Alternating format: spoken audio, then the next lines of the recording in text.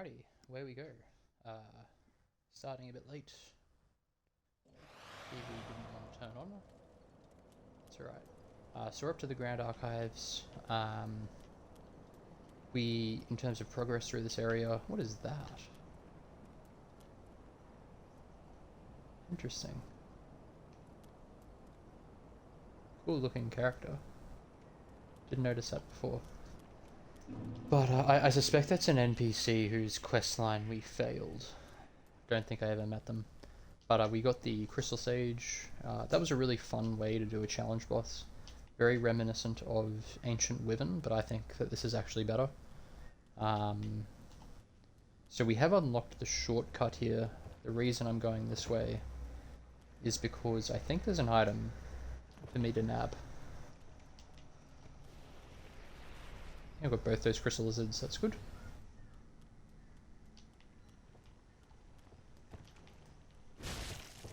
Okay, so it looks like the item is that drop off. So we're gonna have to take care of the two, what would you describe them as? I think I've got their gear. I'll have to have a look it up, because I don't know what they're actually called. Didn't trigger them. Okay, so they're both getting pulled.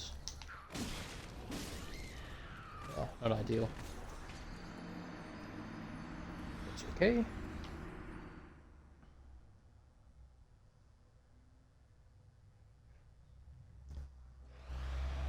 And actually, what we'll do is, even though it'll take us to medium roll, I think, we will go to our fashion. Our Tomb Raider fashion. So where's the chain lightning? That's very cool. That's better. Let's see.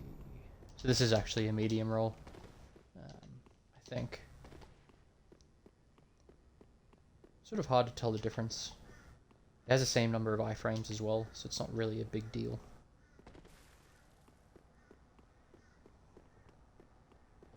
But yeah, don't look like I don't really like the bare bones outfit that your character has. It's not very appealing. I will have to go through my outfits and see if there's anything more interesting we can put on, because I'm pretty sure medium roll limit is all the way up to 70%.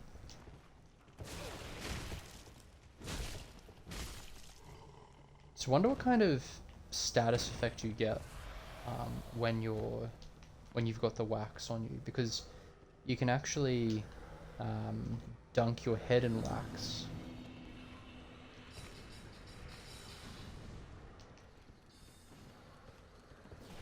So they're both being pulled again. I don't really know what I'm doing wrong.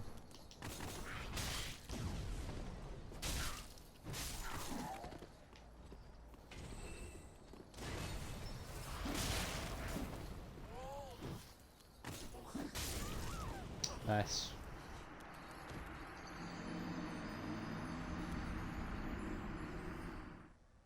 Did notice that they had sort of prisoner type, like, stockade things around their necks. It's kind of cool. Maybe they don't all have that. Yeah, I would like to not be killed again by these guys. I don't think that we were actually pulling both of them when we were going through and doing this.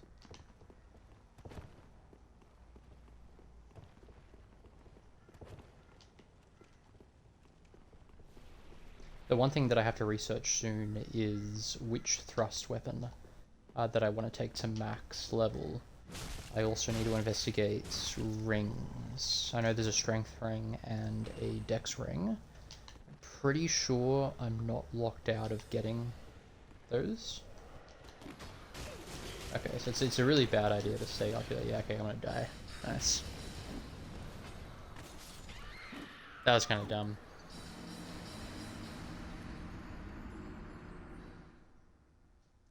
It's one of the sort of prices you pay playing level 1 is that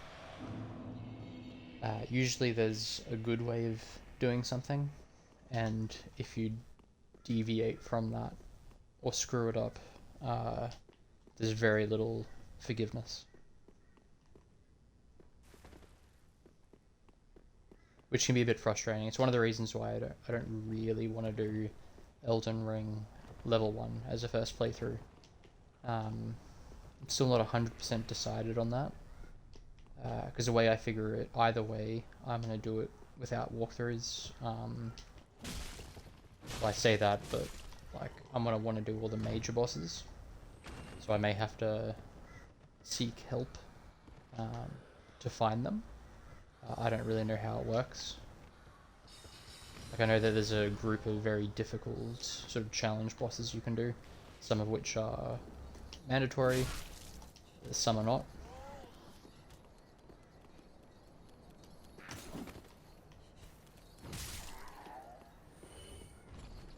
Yeah, I'd want to do all of them.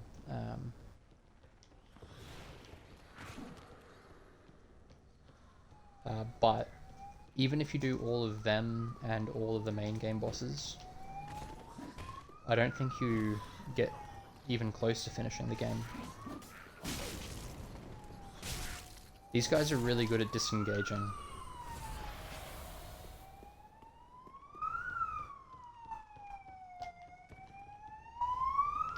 So I'm gonna have to kill this guy.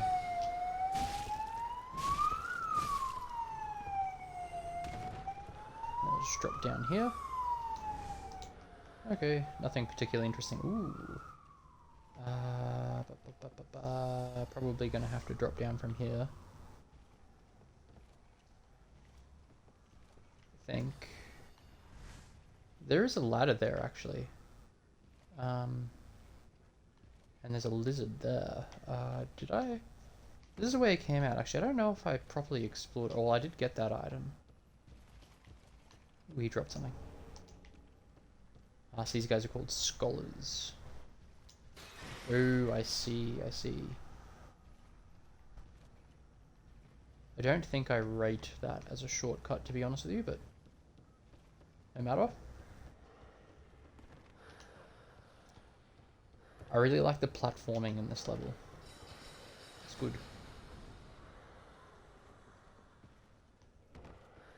So, this will be interesting. Nice, nice. Ooh, the Avalon. One of the future builds I want to do for Dark Souls 2 is power stancing the Avalon.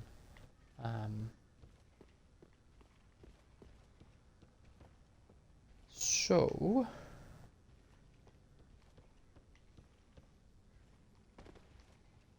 I think you get it from an invader in Brightstone Cove, Tesseldora, or Seldora. Don't really know where I'm going, actually.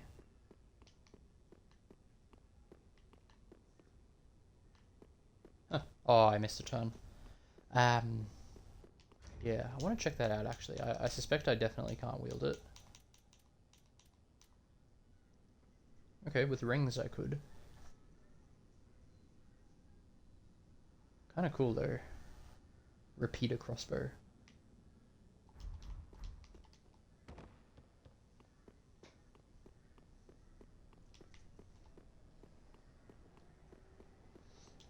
I don't even know if dual wielding them is possible in Dark Souls 2.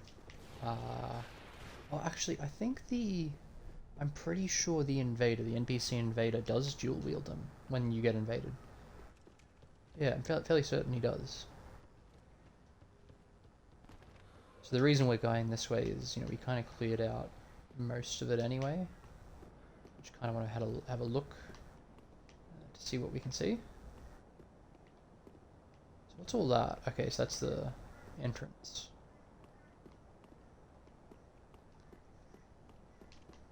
It does get pretty dangerous that way, so we might actually double back.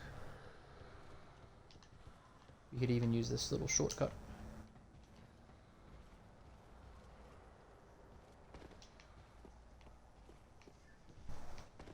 And for some weird reason, this guy just likes to retreat.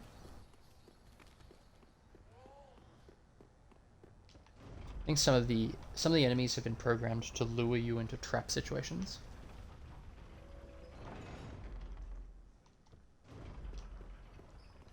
Okay, so If we go across here, we'll see the Lothric Knight, who we have killed. That's all that nonsense which we've cleared out. Yeah, so there he is. This is one option to go up here. I'm convinced that the critical path forward, yes, this would be where we loop back around if we went the longer way. Actually, yeah, right. I'm convinced that you have to go outside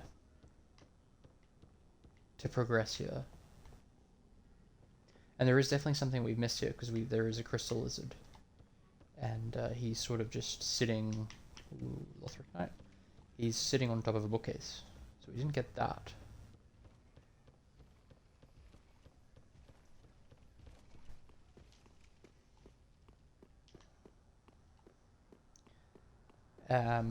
This building isn't complete though, because if we look up there, there is another level, and that level has not been accessible to me yet, which is kind of confusing.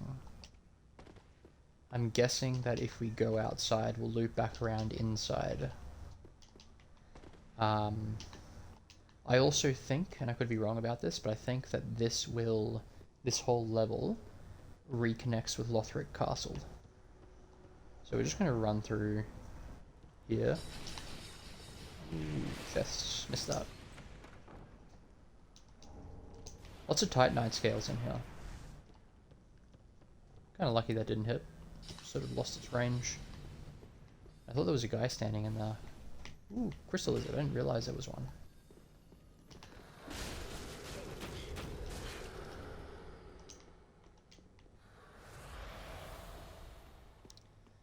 Nice. Okay, so this will be an interesting traversal, made complicated by the existence of gargoyles.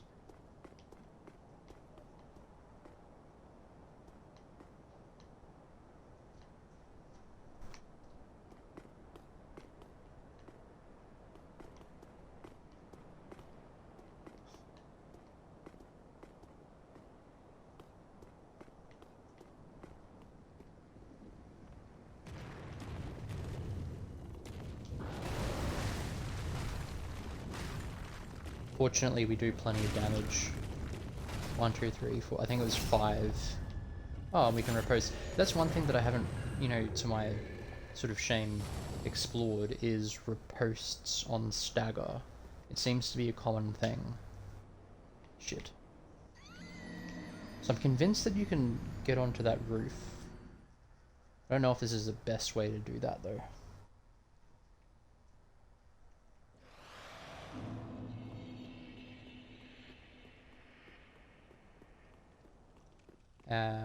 Oh good, I sent the elevator back down, that's good. I'm also kind of weirded out that there's no bonfire in the side here. We did find an illusory wall guarding or hiding a... I don't even know what they'd be called, but I'm pretty sure they drop the Astora straight sword, which I'm thinking about using.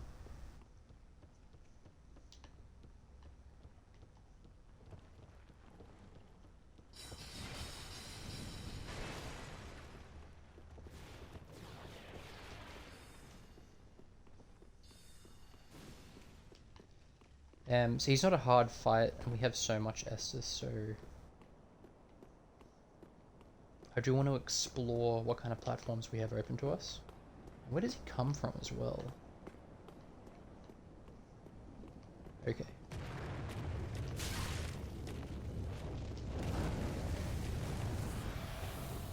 So we do want to prioritize healing. Because of our Lloyd setup.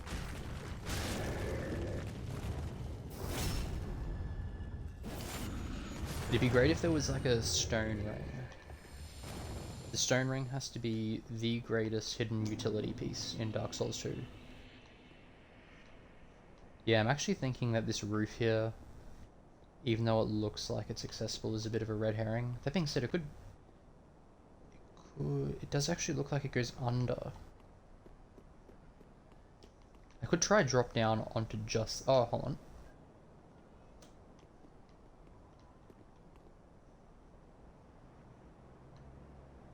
Okay, it looks like we'll explore that later. We'll see how we go. I just have to be super careful. The arena here is kind of awkward, so we're going to meet a spear gargoyle.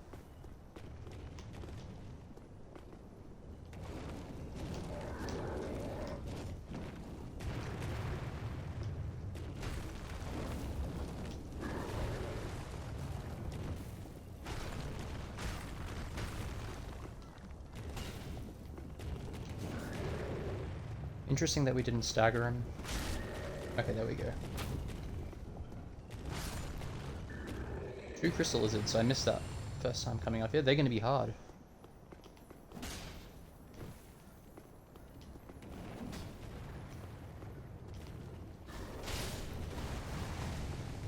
Nice.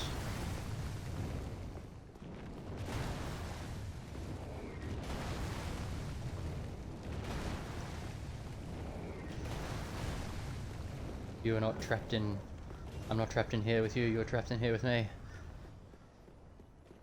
I wonder if he'll be able to get out of that. Ooh. Nice, nice, nice.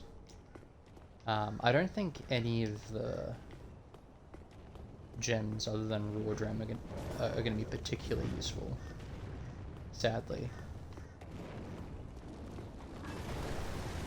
It looks like he's kind of stuck there. I'll take that. You know, we're gonna have to fight so many more of them, so...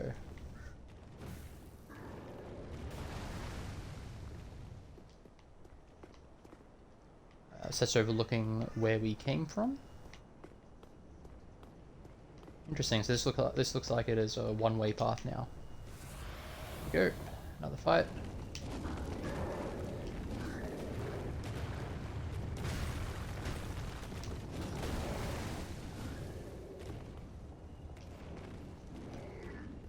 A cowardly move, sure, but...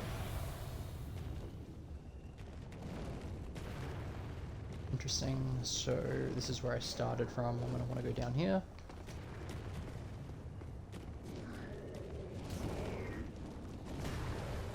Just trying to pull him into an arena that's favorable for me.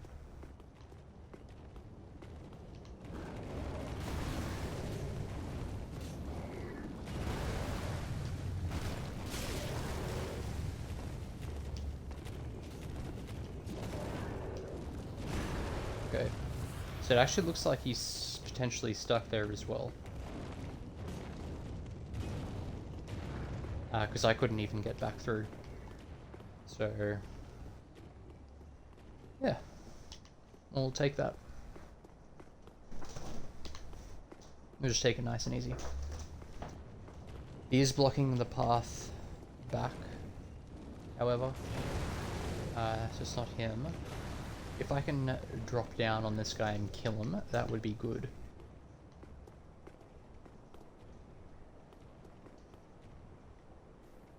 I am tempted to finish him off.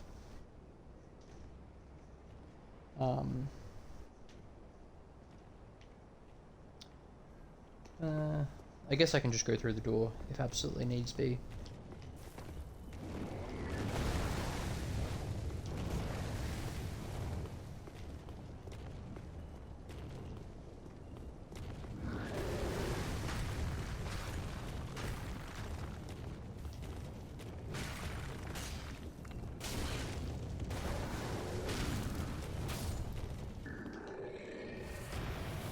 Strange I'm not getting the stagger.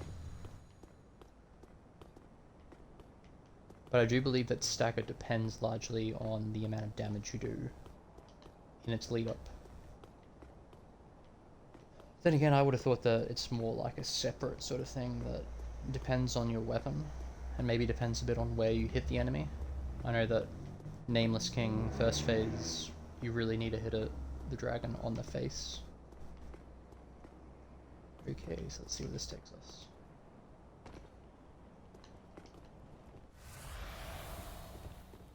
Nice.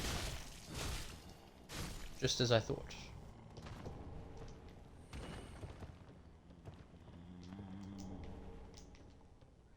Be able to make our Estus even more redundantly strong. Yeah, so I don't know what this actually would do to us. It must have some kind of benefit. Dark Souls 2 loved doing that.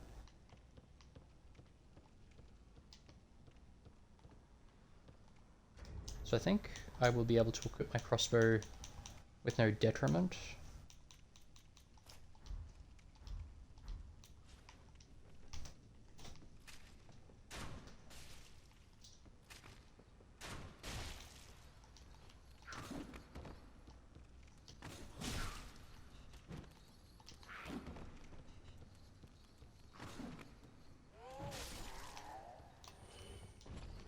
Annoying little enemies.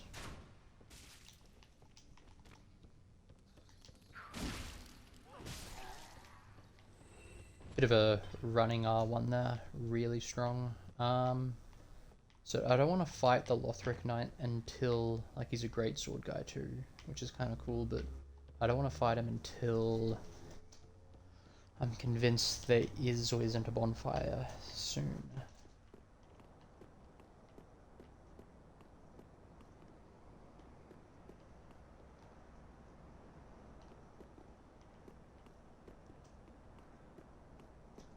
It's a cool area.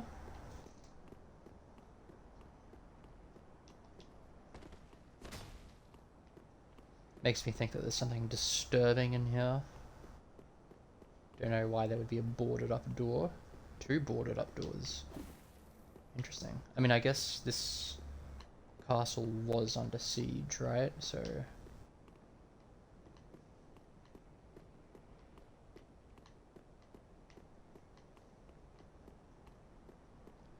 there is another platform that we haven't explored, the one with the Corvians, the birds.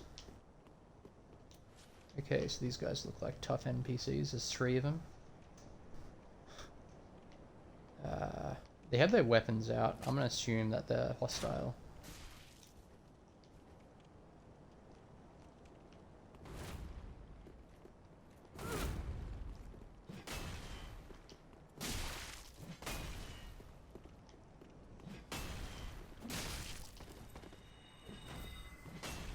Don't like the sound of that. Okay. So I think if I die here, the trick is going to be to come back.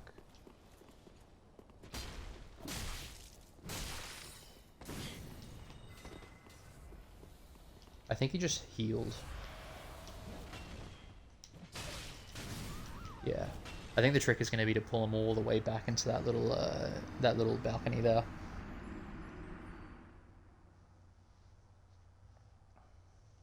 A hectic run back, but not too bad. I think we'll be able to get through it without fighting anything. It's going to be ugly, but should be doable. I don't think the gargoyles will be able to follow me inside.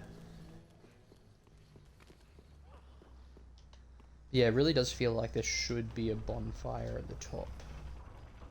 Either that or potentially, like, I know that there's another elevator damn it. Another elevator hiding around here somewhere. There's another elevator in Lothric Castle too.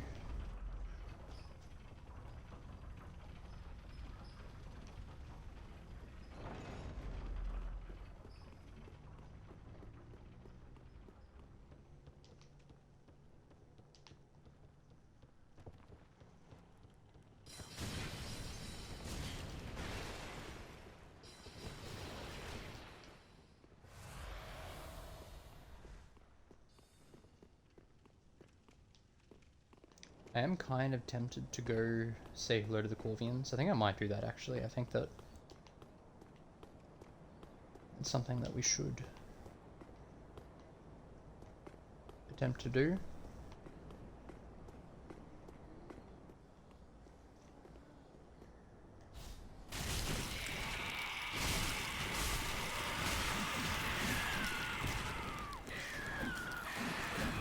Is a lot of them.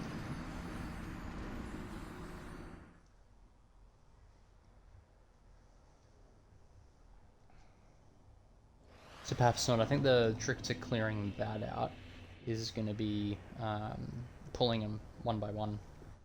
The only problem is the storyteller, I think they're called. It can trigger the aggro on them, so it might just be something we're not going to be able to do. It's just going to take too much time. But I do want to explore down there. It looks like there's 2 pathways of interest. And then we'll go deal with this gauntlet of NPCs. If they follow the same formula as the other kind of human-like mob enemies, they shouldn't respawn, which will make it a bit easier. And in the past, we definitely have seen that those types of NPCs do tend to guard bonfires, so potentially... Yeah, I thought so.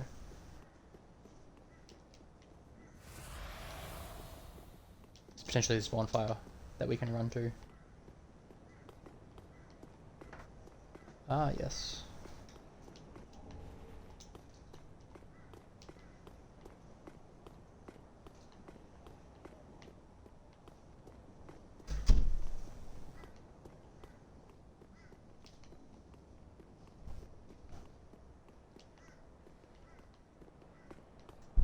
Ooh, very nice.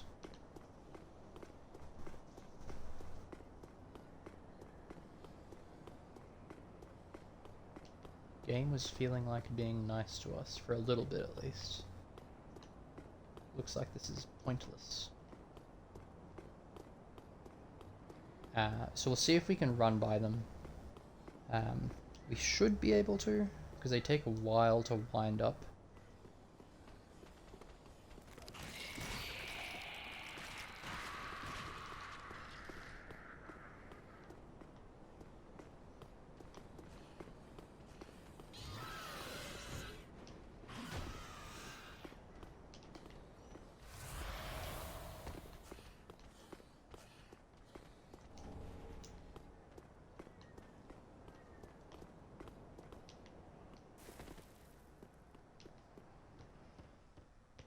Alright. Probably just fastest to Homeward Bone here.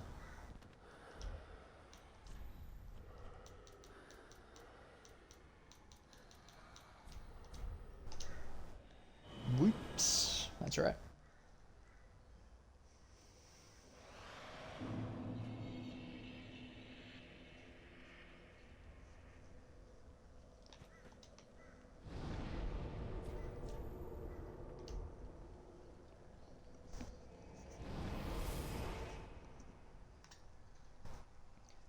That was good. Nothing interesting, but I do think that our special rings are in this area, so we will need to be vigilant in terms of our item collection.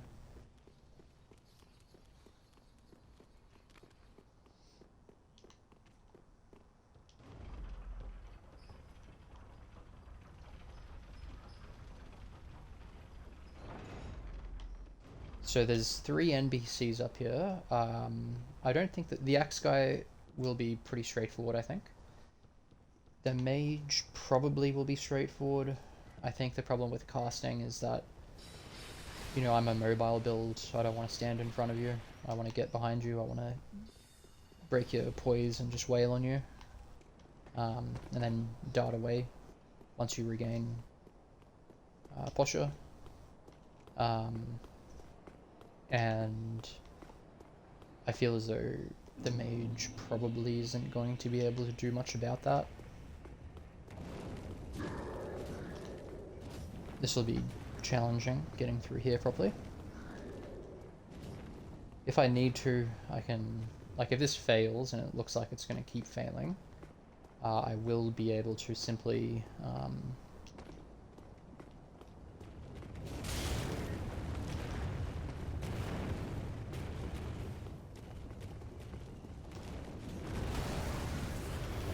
So the reason I healed there is, see, I take a bit of damage, but I've got Lloyd's shield ring on, which means that I could well take more damage. if I'm not at full health.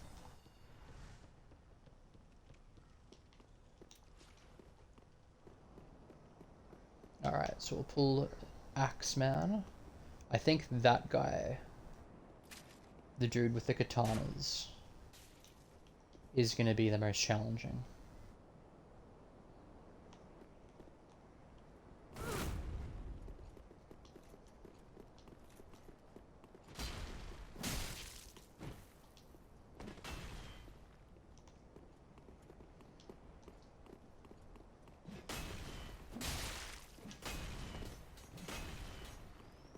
Looks like some other aggro has triggered here, which isn't nice.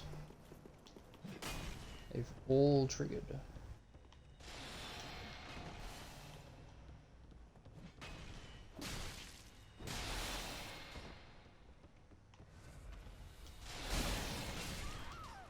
Teamwork.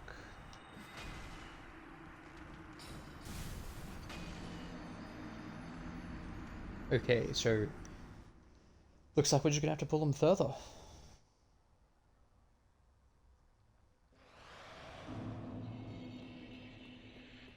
I wonder if this is a bit of a callback to the gang squad. This guy is wearing the same outfit.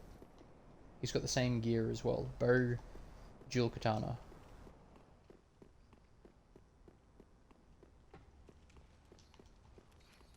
I think the hardest, actually, the two hardest NPCs so far have been the Master Swordsman and Sorig.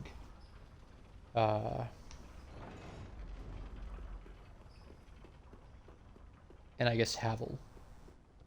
But yeah, the Swordmaster was not straightforward.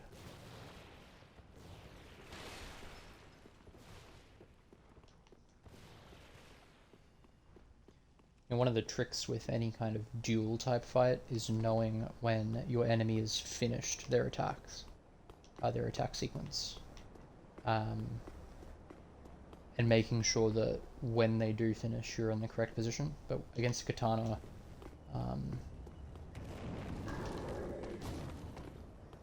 you can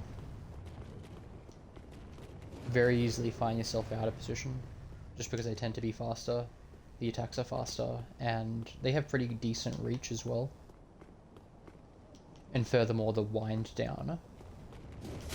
Ah, damn it.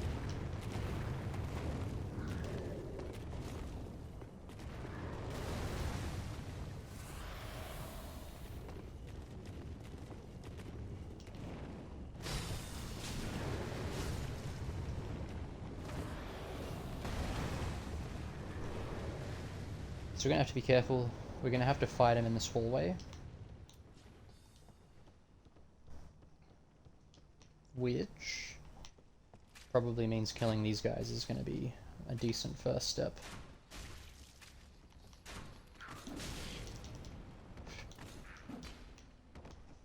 Fuck.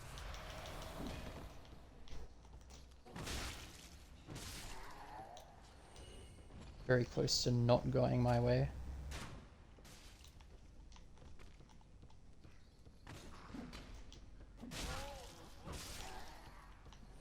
Alright. So if I can bring him into here, I think that's going to be ideal. Not the best arena to fight him in. I'm actually thinking about pulling the Swordman first.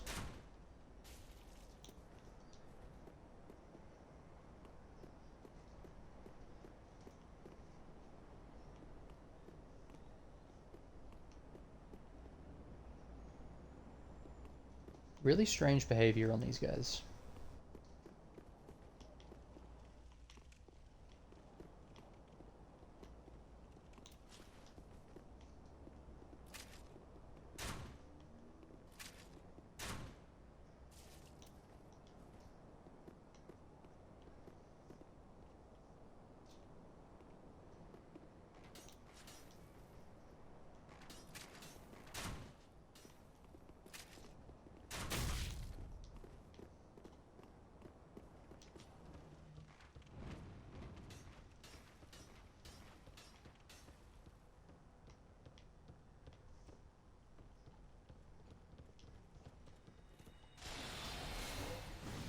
So the game really wants me to fight them all at the same time.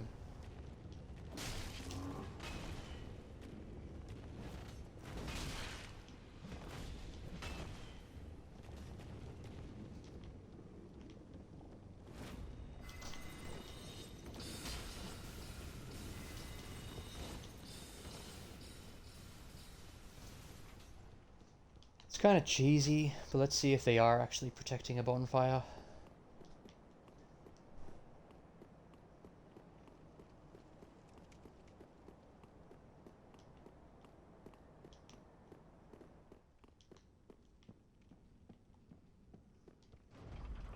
Looks like they are pretty much.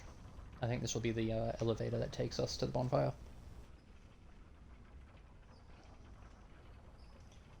Which is a bit unfortunate, because I do want to figure out how to beat them.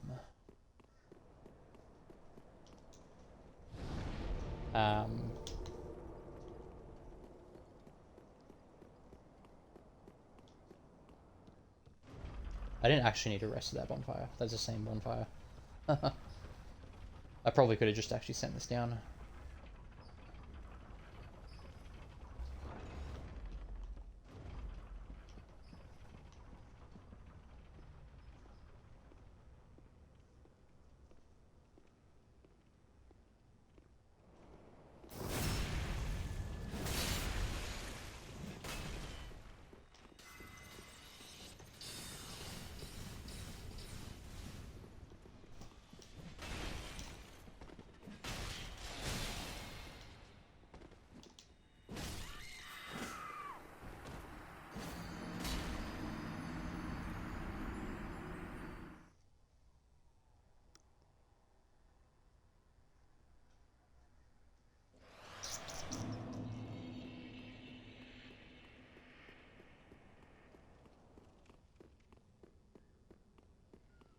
I'm actually thinking that backstabbing him isn't going to be the play.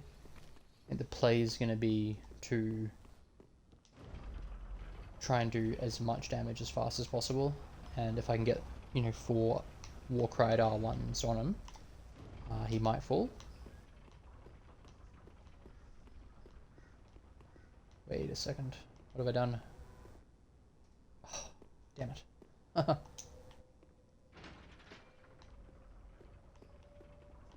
I have to get used to using this new elevator.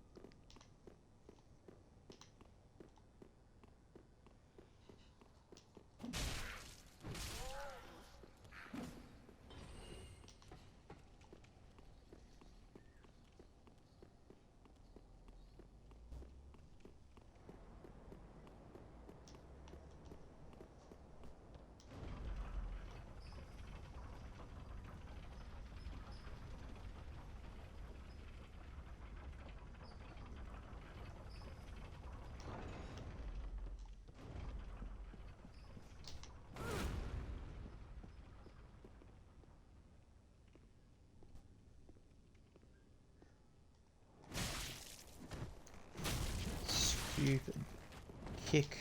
So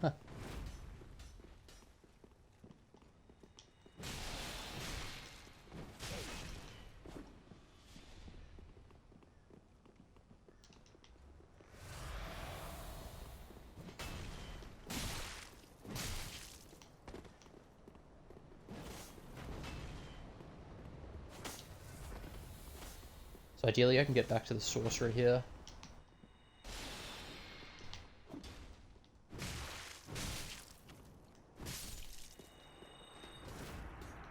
Cool. This is very similar to, say, Gank Squad.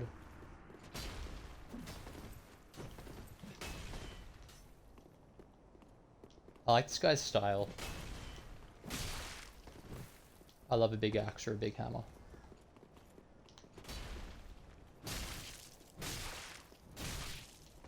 Wow, that arrow did a lot of damage.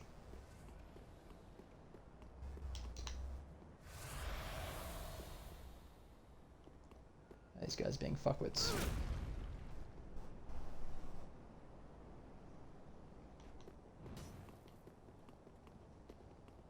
Shame he doesn't, yeah, okay. Well, let's see if the mage is still alive. It'd kind of be cool if he was and you had to clear all three of them for them to despawn, but I suspect he'll be dead. I think that's how the last time we encountered NPC gank, I think was, I'm going the wrong way, was Farron Keep, just before Farron Keep, and I think that if you kill one, he'll stay dead. So we'll see how this goes. I think the trick is going to be to kill the archer.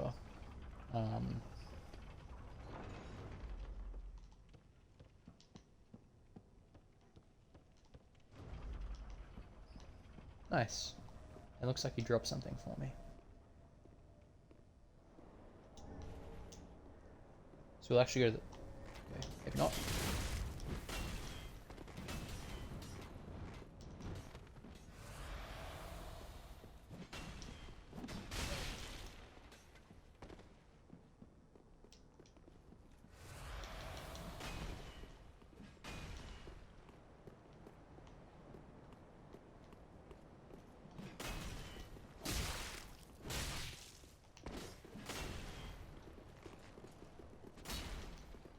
Going up here is dangerous. Very likely enemies up here.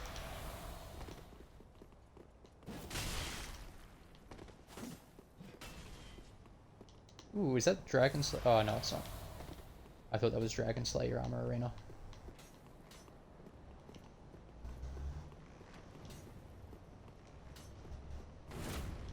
Come on, you dickhead.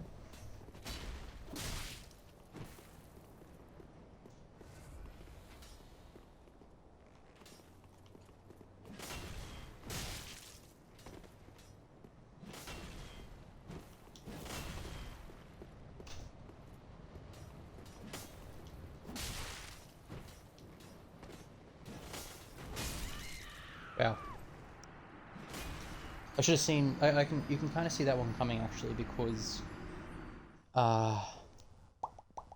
when you Warcry, R2 has a special weapon art kind of animation type thing.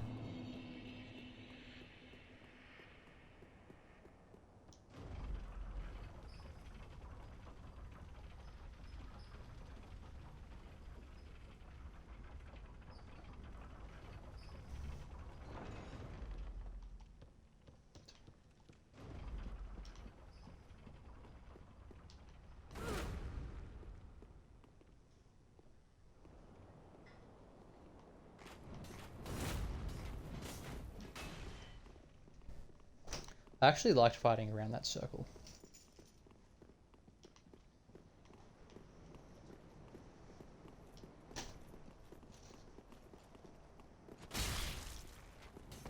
Nasty.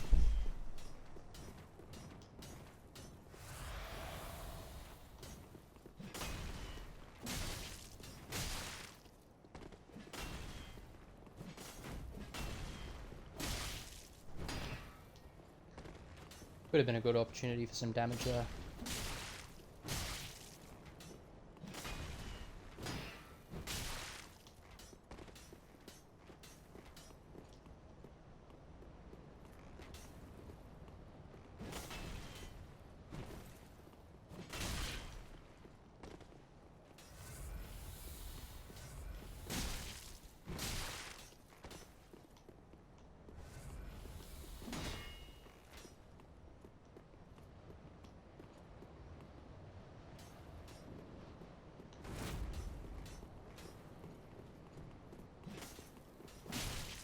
Very smart NPC. He knows how to disengage.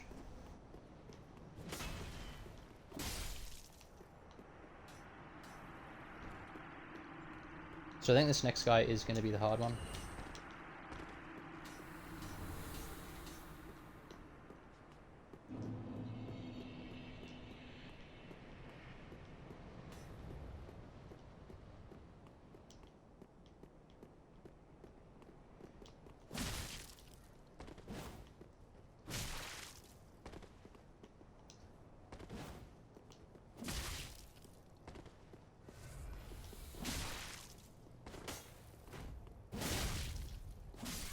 range on that was huge.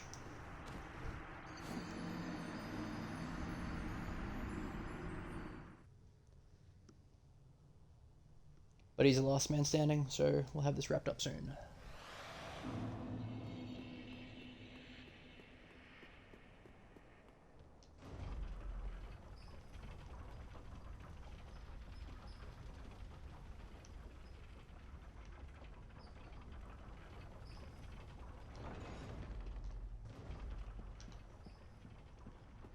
He does have a pretty intense trigger, it would seem, but we'll see how it goes if I approach him from directly behind.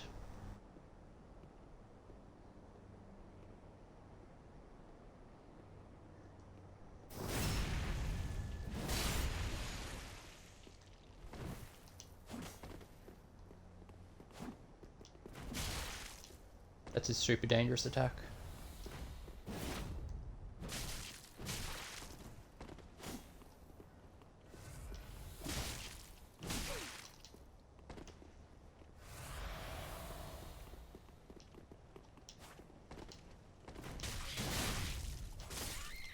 Damn.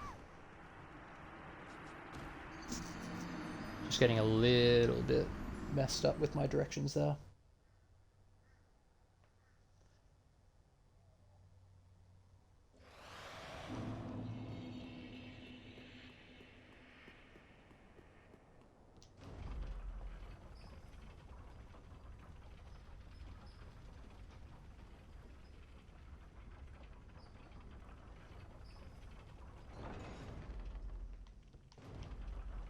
God damn it. Idiot.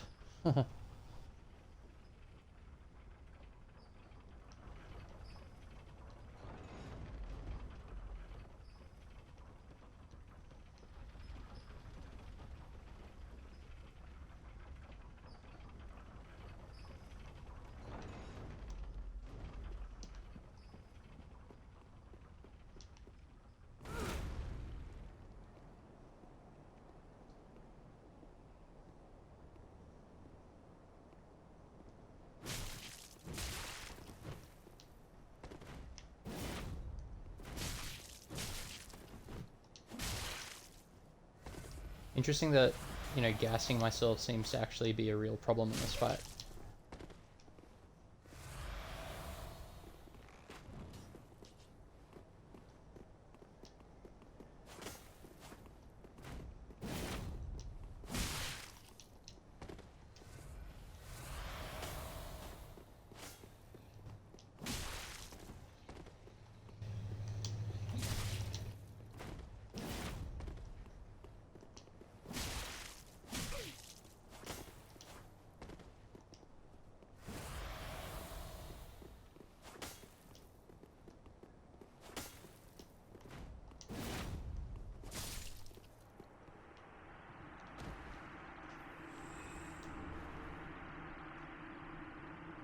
Ooh.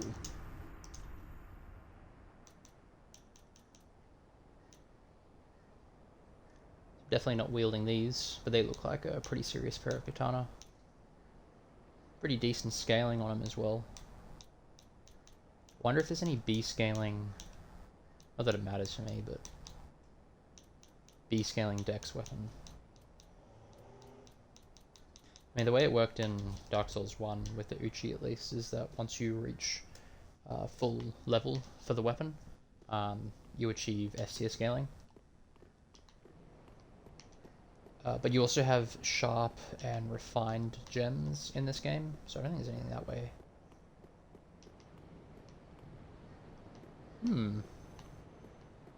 Curious.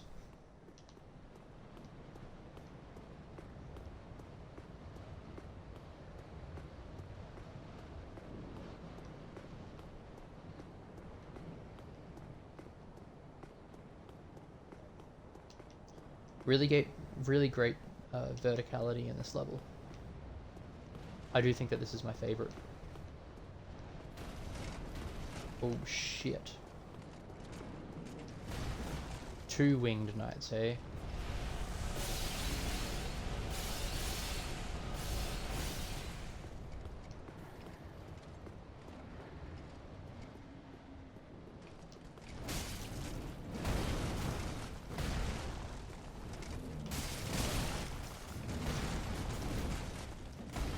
That kind of worked out better than expected. Oh shit, maybe not.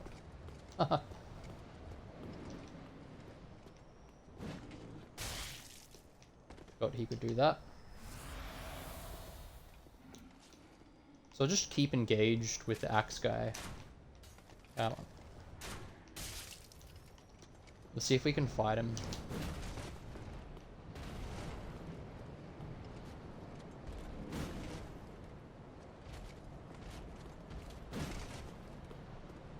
Alright. Well, I don't think he'll despawn. Where am I? This way. I think that's the bonfire. So let's go down and kill him. Or try to kill him. Or is it the bonfire? Is it? This is actually here.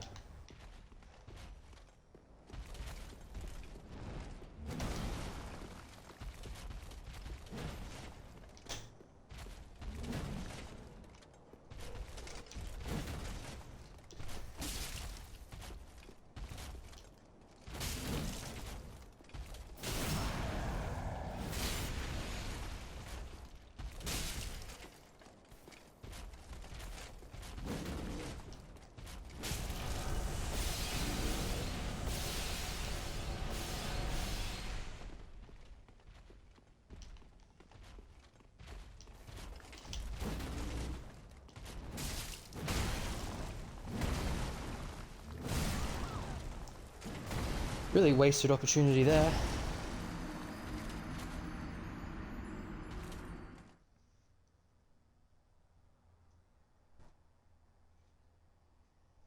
They're very tanky, these guys.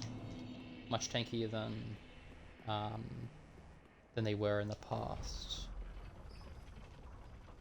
I need to remember which direction I'm getting off the elevator at. I think it's this way.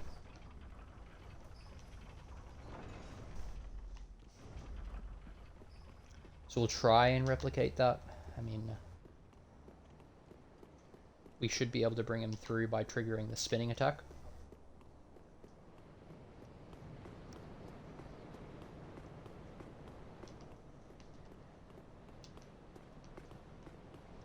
I wonder if I can pull just one. Nah, no way. Can't even aim that.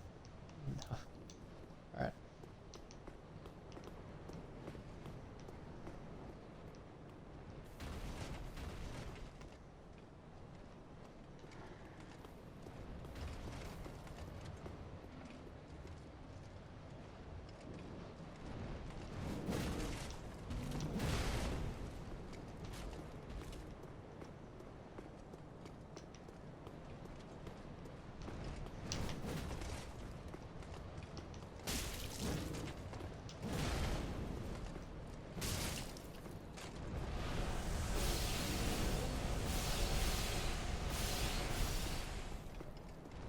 I do have my back turned to the other guy.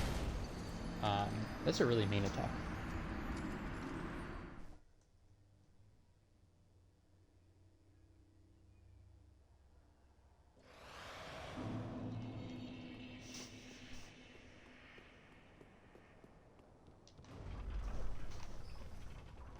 This way.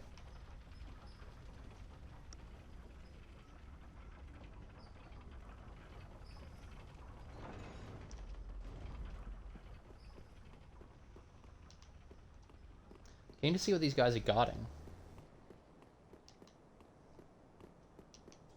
It looks... yeah, it looks weird. Interesting structure.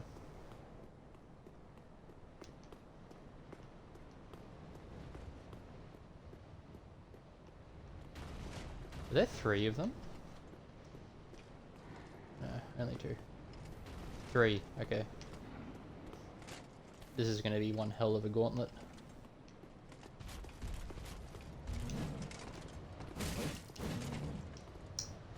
Train kind of screwing me there. I love how these guys roll.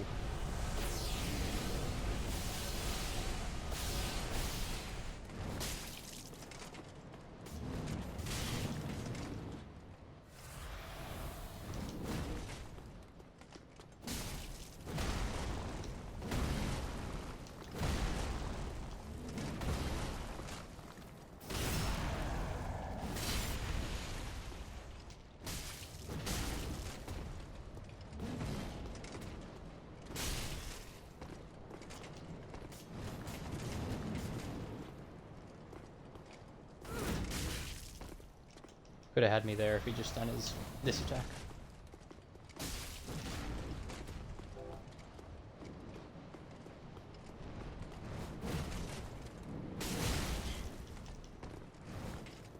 Shit. Shouldn't have left my lock on. Could be dead here.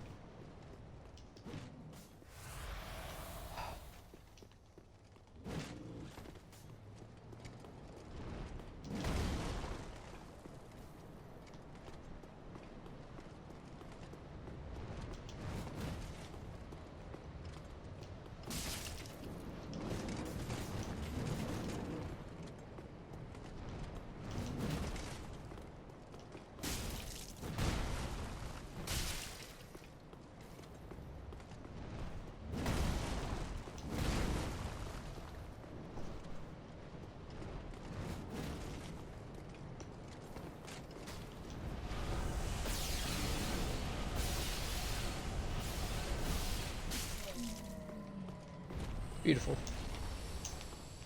Tough fight though. Now that is an axe. That's ridiculous. What the hell is that?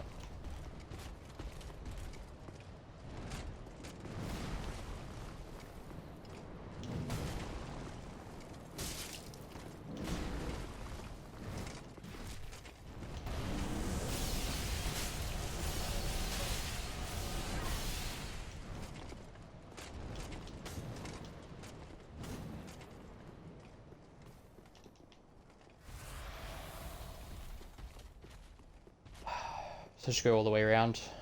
Annoying, but I think it's going to be necessary.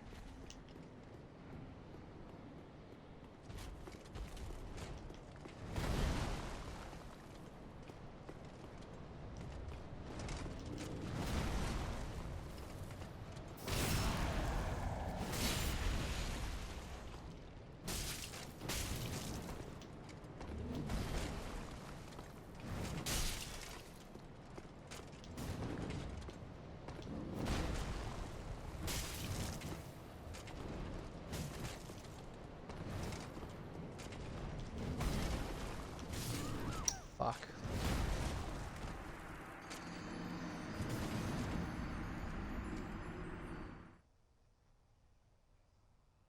Very tough little encounter.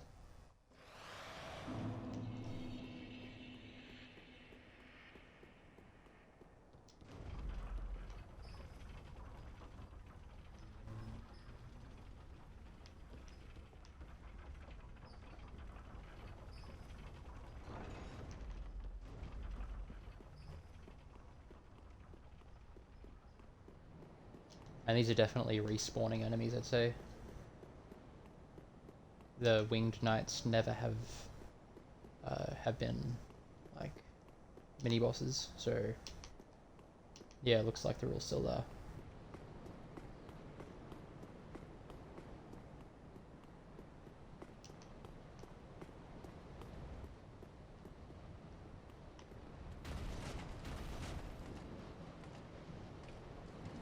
Gang squad 3000, yeah. You know, huh.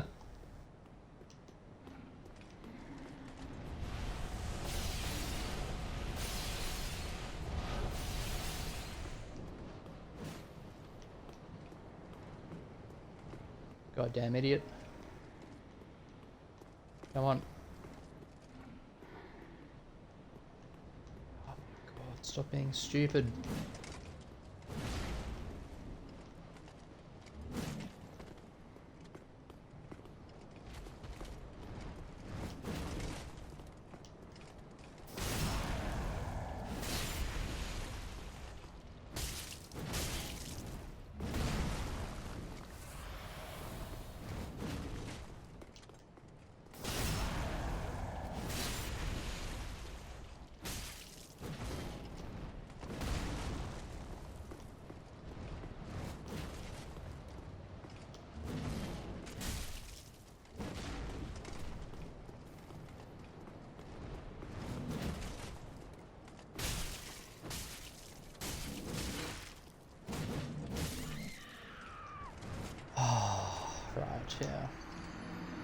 Getting very greedy, I think.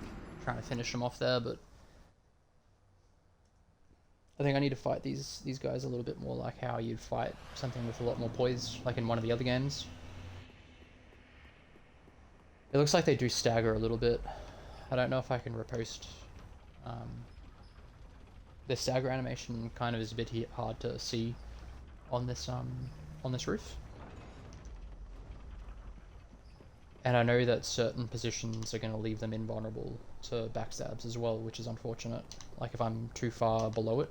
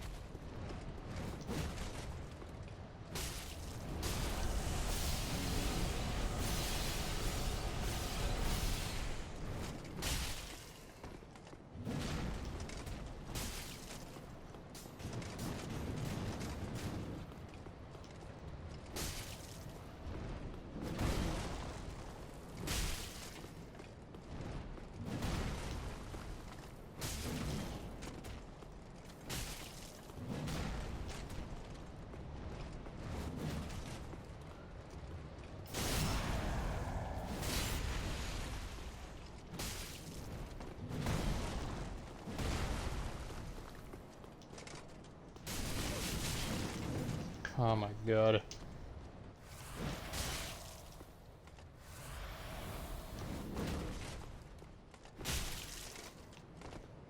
How did that not kill him?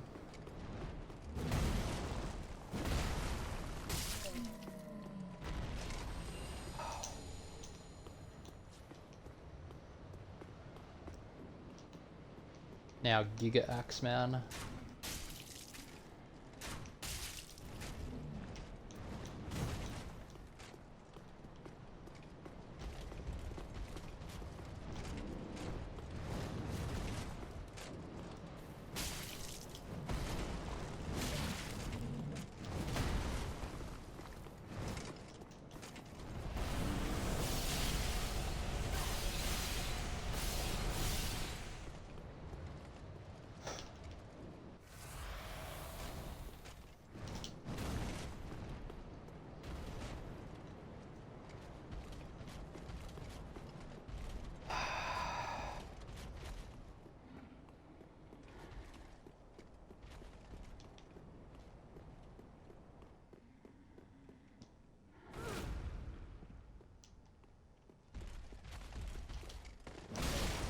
Fuck you.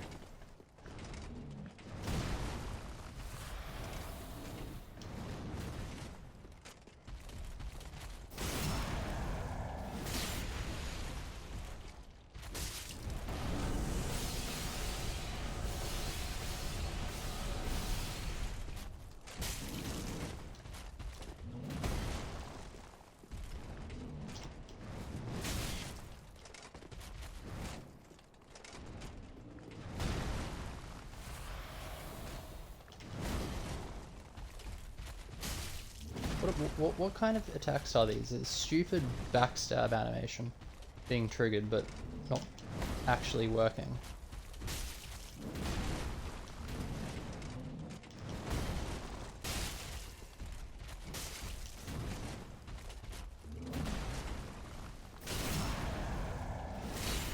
Yeah, I got the Nameless King.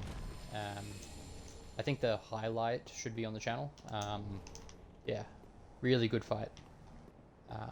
It wasn't like hitless or anything like that. So I was using Seal Protection, Thunderstone Plate, Lloyd Shield, and what was it? Prisoner's Ring. So just full tanky kind of build. But yeah, managed to get him. I definitely think he was the most fun fight of the game so far.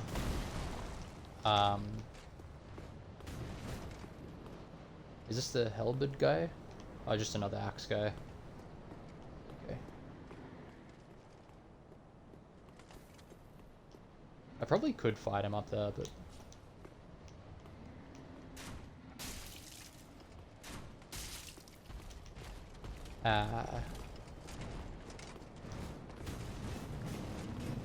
Jeez, don't know where I am. Actually, this is not where I want to be. Yeah, thanks. It was good. I think that, okay, very nice. Oh, I don't think I want to have to kill these guys. I might just see if I can figure out what they're guarding. This just takes so long. I think that so far Dancer has taken the longest. And I'd also say probably mechanically the hardest fight. I think what makes Dancer maybe a little bit really...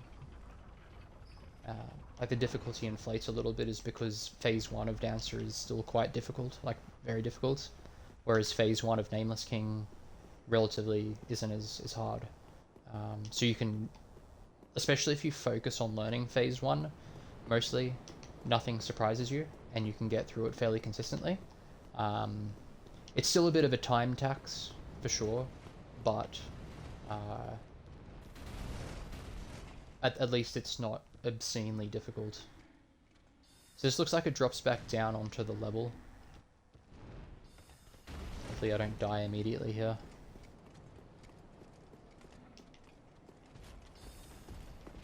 Interesting.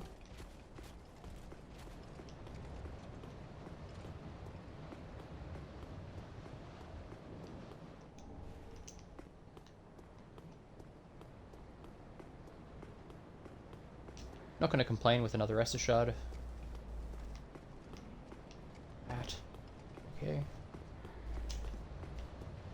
But Phase 2 of Nameless King is certainly, you know, very difficult, I think. I think though he actually gets a little bit easier in so he has Phase 2, but he has 2 parts to Phase 2. And my opinion, at least, is that when he decides to go to Phase 2.2, he becomes a little bit more straightforward. Because the attacks he throws into the fold, probably shouldn't have gone around here, but the attacks he throws into the fold, all it does is dilute his moveset with things that aren't that difficult. So his big overhead slam is well telegraphed, pretty hard to get hit by. His Nito style attack was a bit annoying, but not, you know, not unfair. Hunter's Ring, I think that's a Dex Ring, that's nice.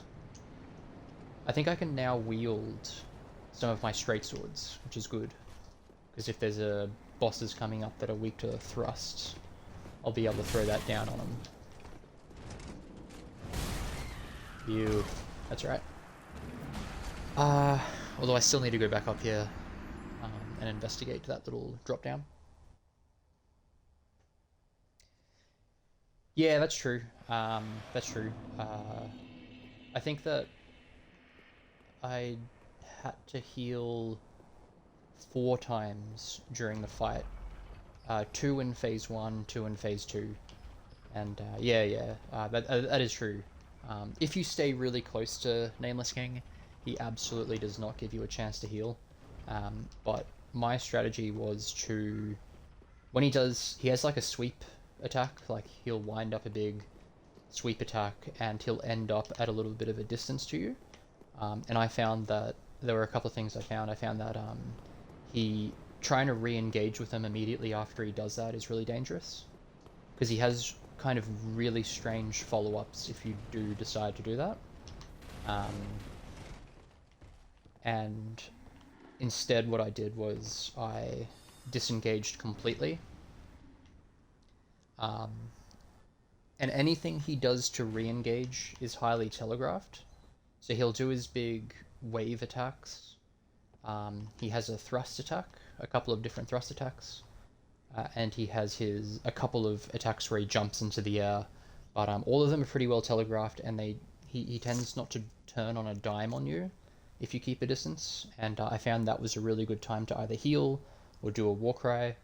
You don't get all the time in the world, and you have to be really careful. But yeah, I found that was what have I done here? Like what is this? I don't understand. Oh.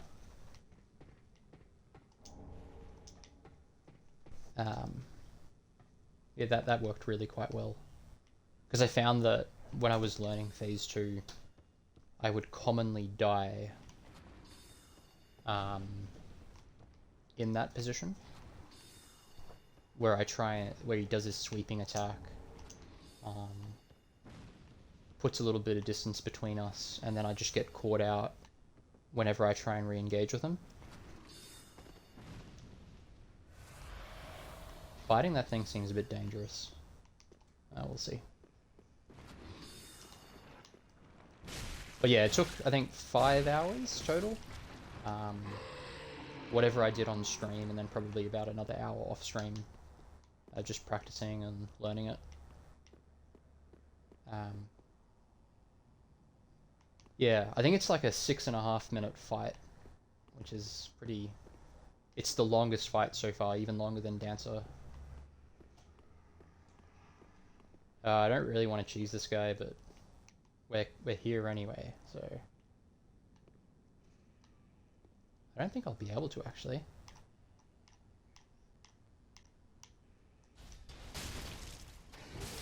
Nah, okay.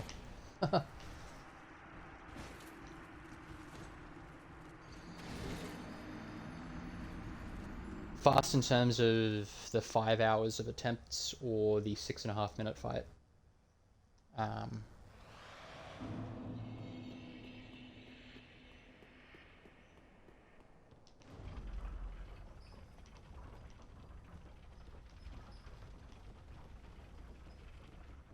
Didn't use any resins either. I think if I were to go back into that fight, I'd be keen to use either resins or bundles. But yeah, haven't really figured out the... Actually, hold on. This is... Oh yeah, just not this way. Yeah, I reckon bundles would just make some of these fights so much better. But I think I just need to... I need to try and use them in a regular playthrough. Because it looks like you have to be really good with your timing on using them.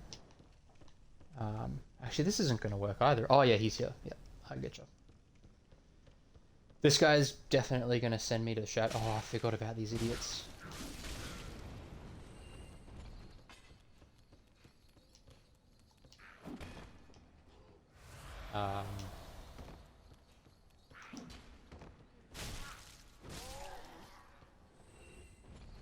Oh, right, I see, yeah.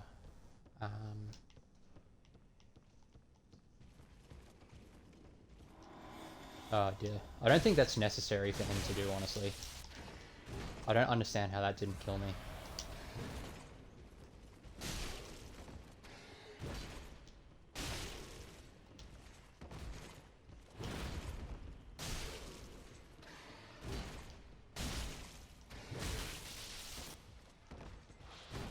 Ooh.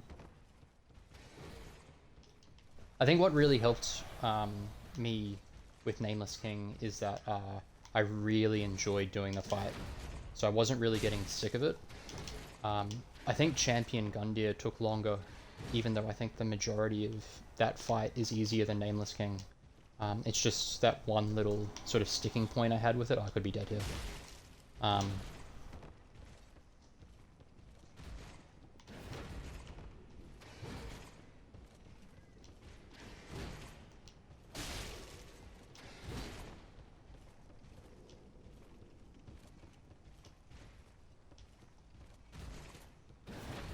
I also went full defensive setup as well,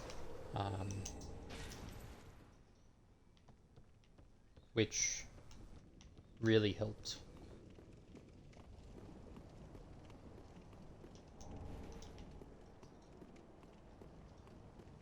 More useless upgrade materials. Alright, so I think the only thing left to do now... There's a crystal lizard somewhere down there that I haven't gotten, but I'm not too worried. Crystal lizards don't really drop anything useful for me. Um,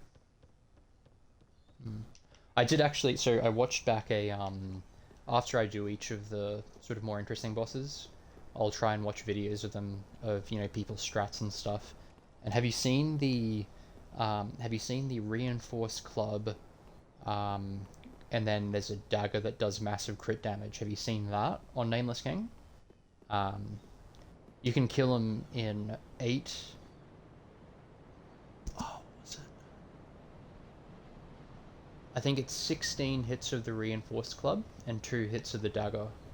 Oh, this looks a little bit awkward. I don't think I've encountered these enemies yet.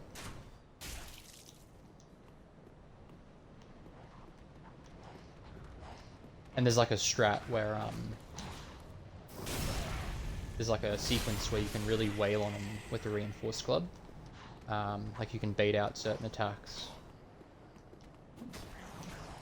And then consistently get him to stagger for riposte. And it just does so much damage with that dagger.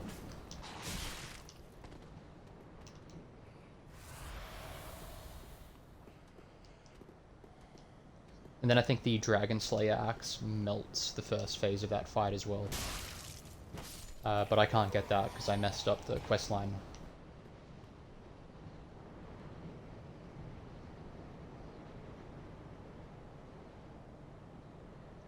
No, I haven't actually. Is it a level 1 playthrough?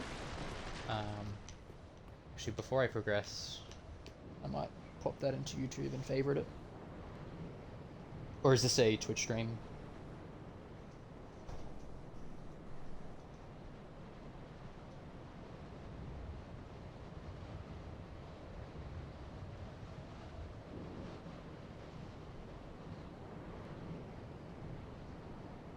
It's a YouTube channel. Can you beat Armored Core 6 with no weapons? Oh, that sounds good.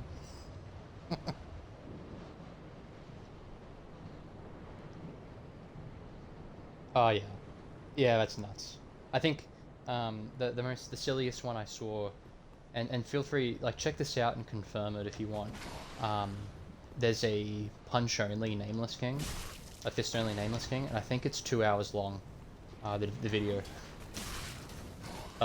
which is just absolute masochism. Really lucky that that hit. Usually when they turn like that and you're sprinting, you don't hit him. That guy looks serious. Look at that dude walking down the stairs. Oh, damn Archer. Oh, they're all the same, I think. Oh, no, he's not. He's a red-eyed one of these guys. Stupid crossbowman. Oh, he did no damage either. Oh, another one. Well, I'll just pull you.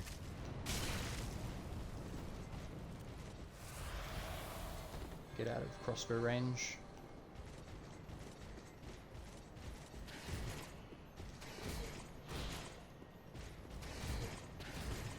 Usually they do a thrust attack after their 2-hit combo.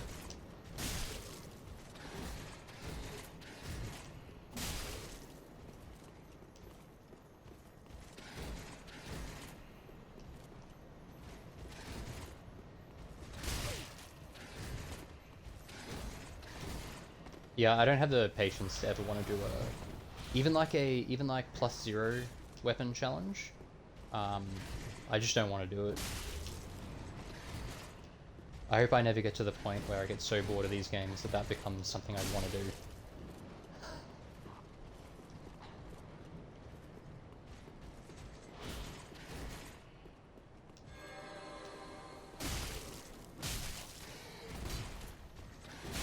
Oop. Yeah, okay, I deserve that. I just stood there. Oh, Yorm. I don't know. I hope not. What does he have, like 30,000 health or something? I don't know. I want to look. That sounds... I don't know. I feel as though, like, if you're doing punch-only Yorm, you've reached the bottom of the barrel of things to do in this game. Yorm punch only. It's a suggestion on YouTube. Yeah, there's SL1 fists only Yorm the Giant, 1 hour 52. That makes me think that the Nameless King actually isn't 2 hours. Oh, actually, Nameless King would just be harder to hit. He doesn't have as many windows to hit as Yorm would.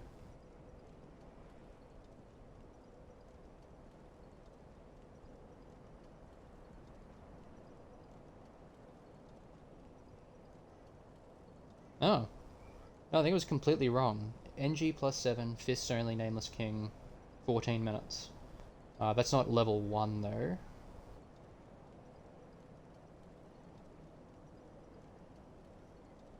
Okay, so it's 51 minutes for fist only, Nameless King.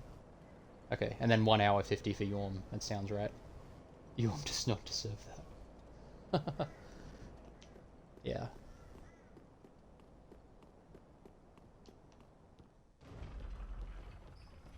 I don't know how I feel about Yorm as a boss fight.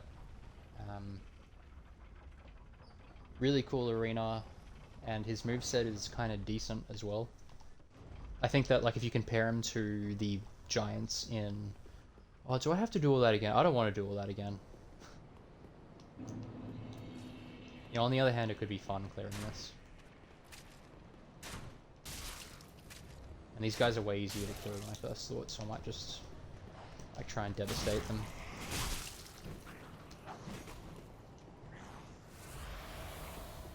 It's practically the same thing that happened last time.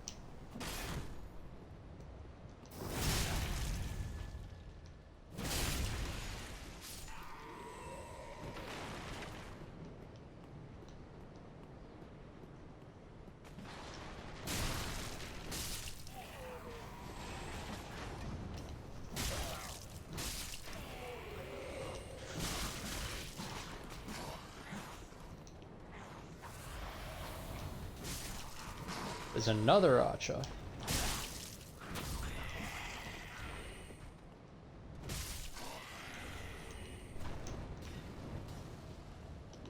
Two archers.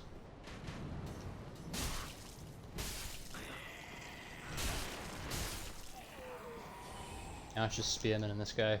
Spearmen is... anything with a shield is so annoying in this game.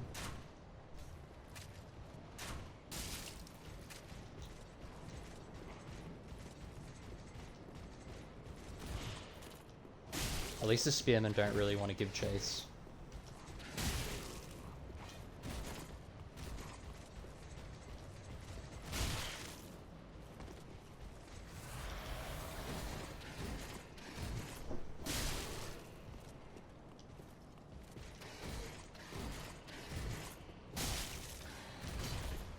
I haven't really found... I find the sword and board guys really difficult to backstab. Just general, like, Lothric Knight style enemies. Yeah, I'll do the DLC. I think my plan... Oh, this is annoying. I don't want to die to spearmen.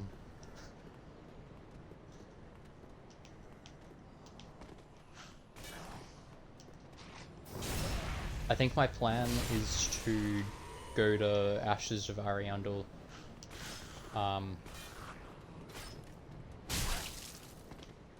Before doing the final boss.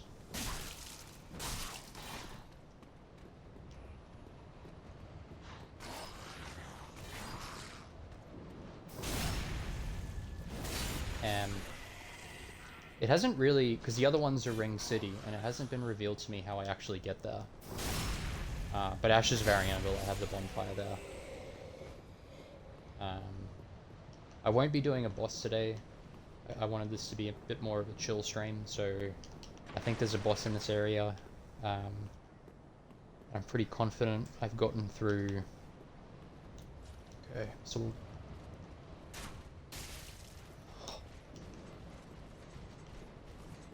What a gauntlet of enemies. At least spearmen... I mean, I don't want to speak too soon. But they're a bit easier than sword and board guys, and great sword guys. Ah, stop being annoying, come on.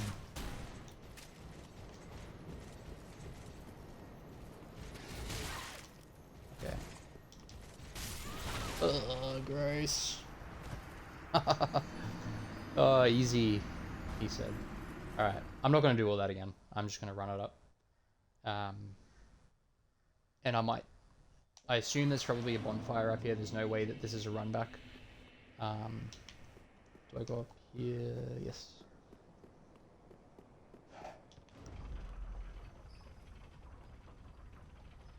Yeah, I think that I don't think you're forced to kill the final boss.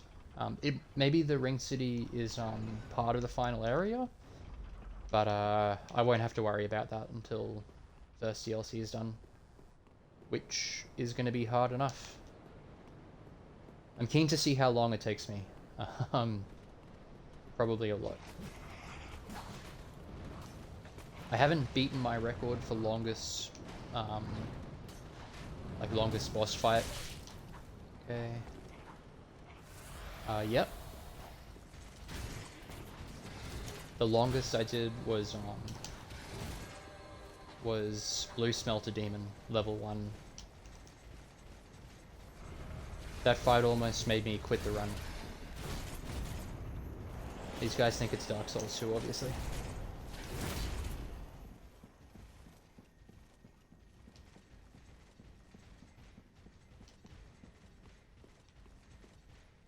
Are you kidding me?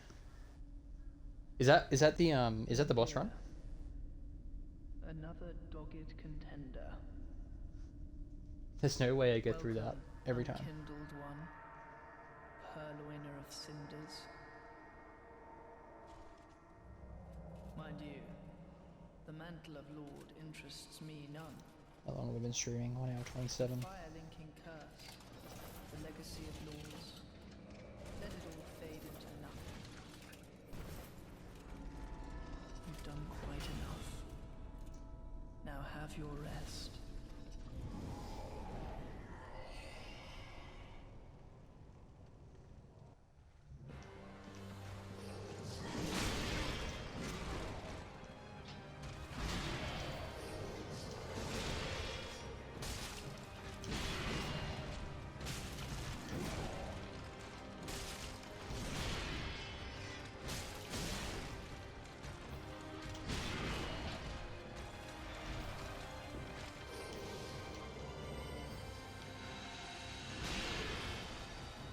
Kind of cool.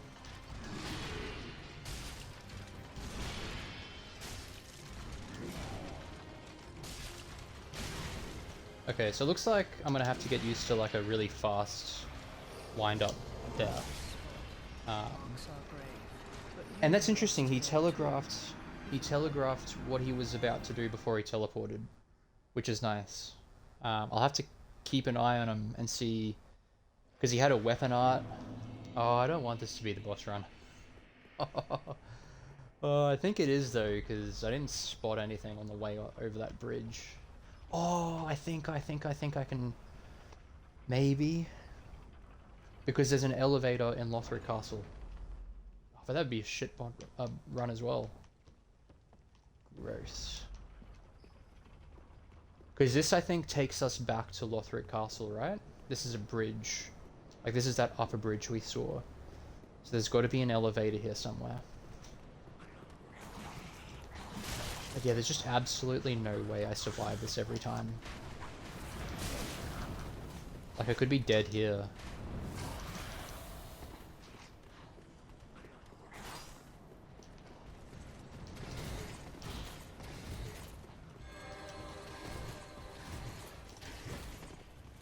It doesn't really look... Unless there's something in here.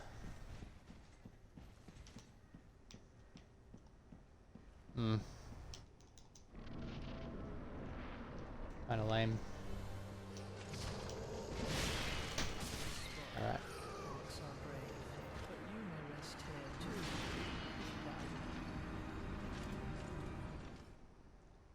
That's a Dark Souls 2 boss run.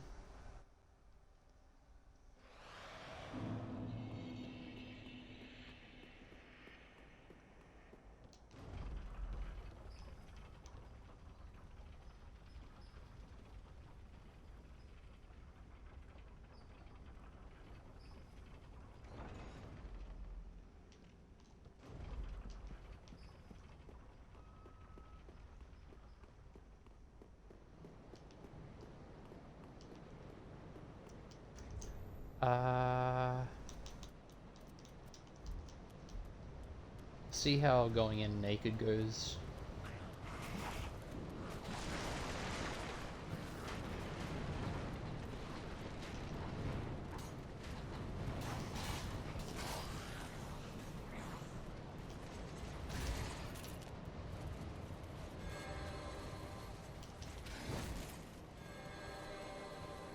It's not too bad, but it is really long.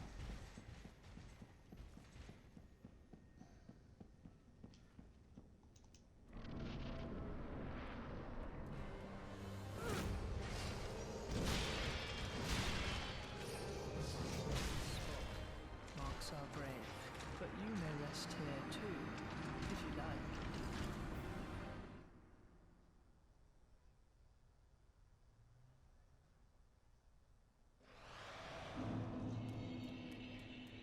So I think what I need to do is he's going to do his initial teleport regardless of what I do.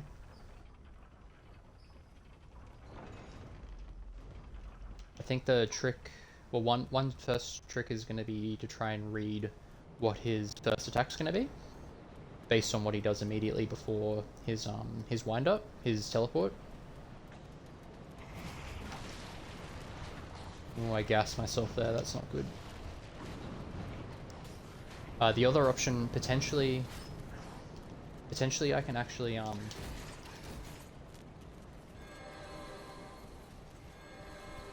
Ooh, could be dead here. Okay.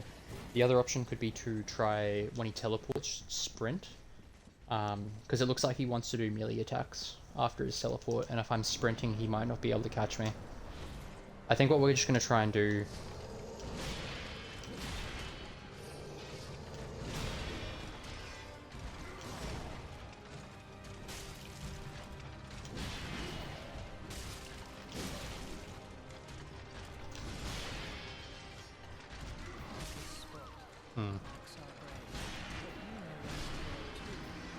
I don't actually know about fast roll.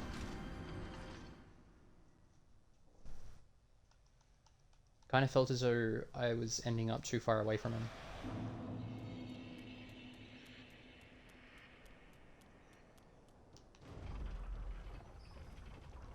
We'll try and get into a good groove with this fight, and then what I'm keen to do is figure out which is better, the Astora straight sword or the Irithyll straight sword. Because I think I can wield both of them now. I'm really keen to see how they go.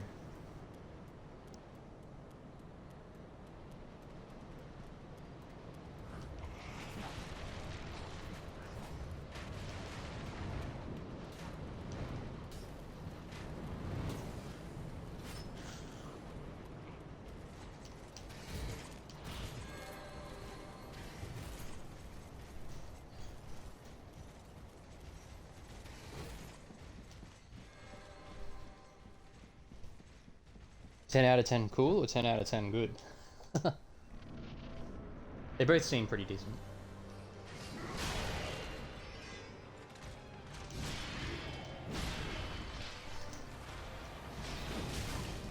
It's kind of cool.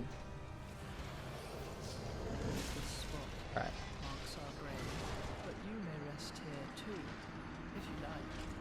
I think this will be a fight that we'll figure out.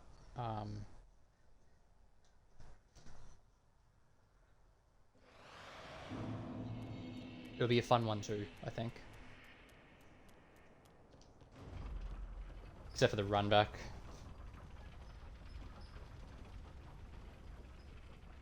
Okay, yeah. I know that some bosses are going to be weak to thrust. So I want to have some kind of like meta type thrust weapon. That's one of the mistakes I made with Dark Souls 2. Kind of just persisted with what I was using, and I really should have been going, you know, with a more like optimal approach.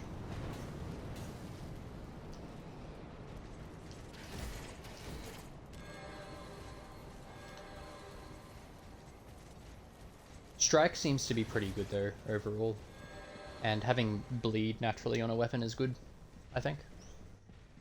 Because I can buy unlimited Carthus Rouge as well, in case I want to really put the bleed on something. Please pick me a slam.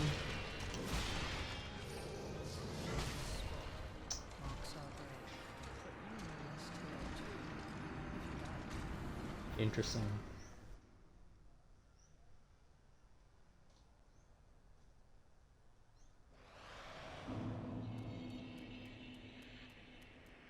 Something with a faster attack speed would be good, but...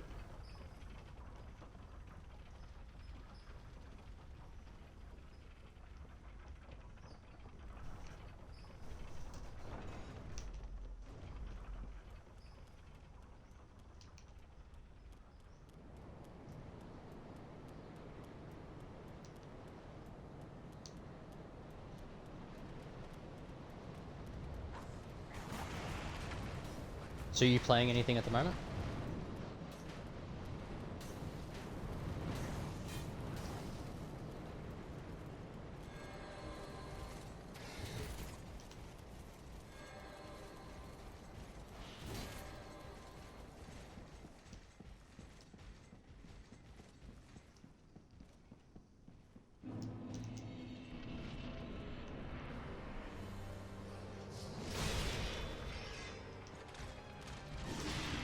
So it looks like sprinting isn't really going to work.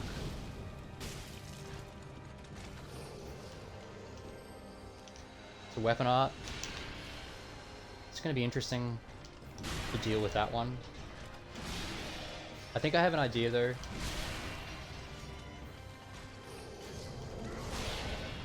I think the weapon art will have its tell. Healing is hard in this fight.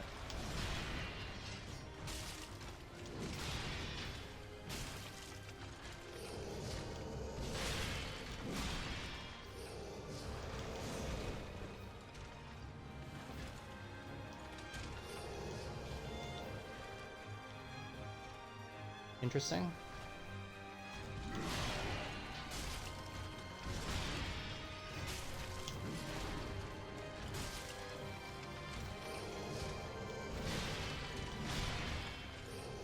Shit. Okay, good. If he'd done something else there, I probably would have been dead.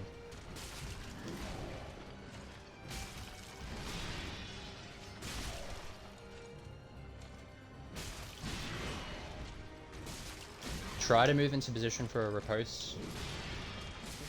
Obviously it didn't work.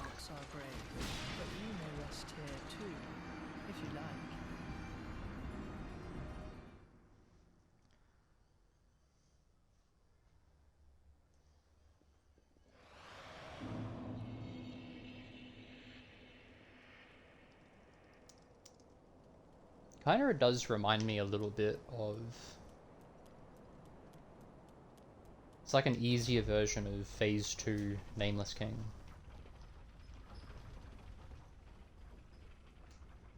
Except, you know, he doesn't have... It's not like 2 and 3 hit combos. Or I should say, it's not 1, 2, and 3 hit combos, it's usually just 1 or 2 hit combos. Mainly one hits. And then the teleport thing is a really interesting mechanic. I did notice though, I don't know if it's because my lock-on is now set to auto lock-on, because it very well might not be, but I think my lock-on persisted.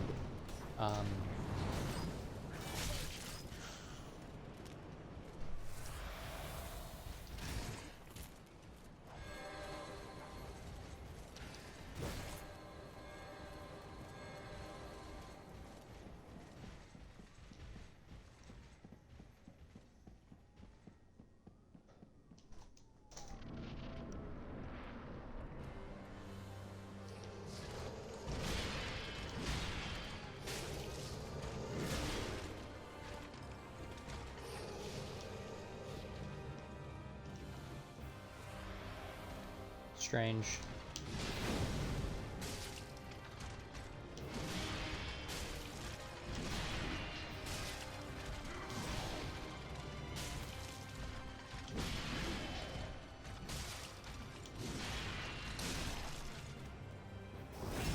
Very lucky there.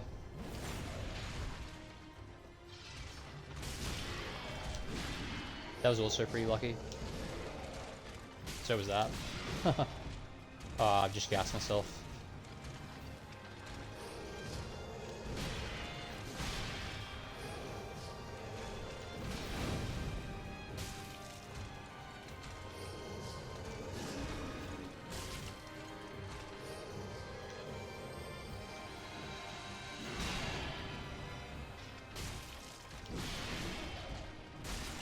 I reckon you could do some pretty hectic circle strafing there.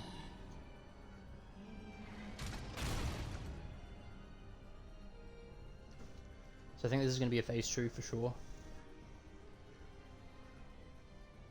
Oh, dear brother, I'm on my way. My brother, unyielding sword of Lothric's prince.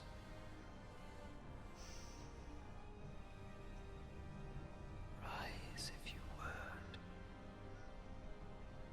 for that is our curse. So this is another fight where I think there's audio during the fight. Like there's scripting inside the fight, which is really cool, because Osiris had that, which was a redeeming quality of the Osiris fight. So that normally doesn't happen.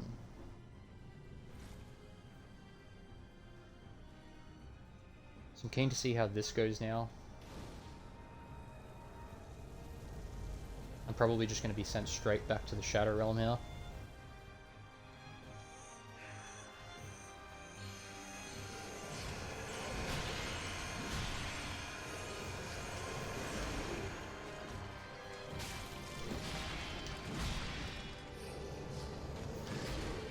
So it looks like a similar melee.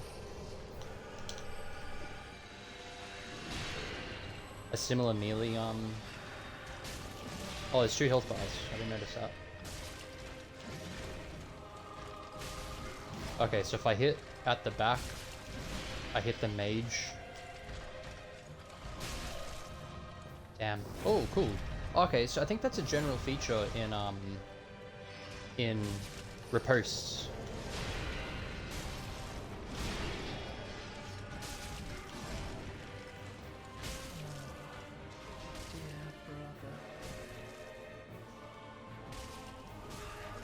Oh, is this going to be a Throne Watch? Oh, come on.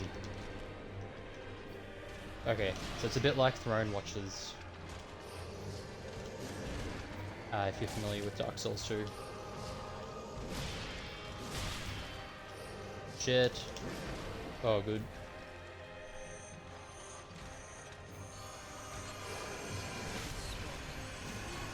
Well played. Alright, well, depending on... I mean, there's a risk that, you know, I'm getting carried there by RNG, because a teleport can mess with me sometimes, especially if I have to heal. But, I think I'll be alright to push into this fight for the stream. But yeah, that's a bit like Throne Watchers in Dark Souls 2. Spoiler alert. If you kill one of them, I don't think it matters which one. They'll resurrect the other to full health. Which is really neat. So anyone who's interested in kind of like general strategy will know that when you're facing gank, like say 2 enemies in particular, 2 or 3 enemies in particular, it's typically better to kill one first, to only focus down on one and then move to the other. Because if you decide that you're going to split your damage, you're going to increase the amount of opportunity for DPS. Oh no. That it has.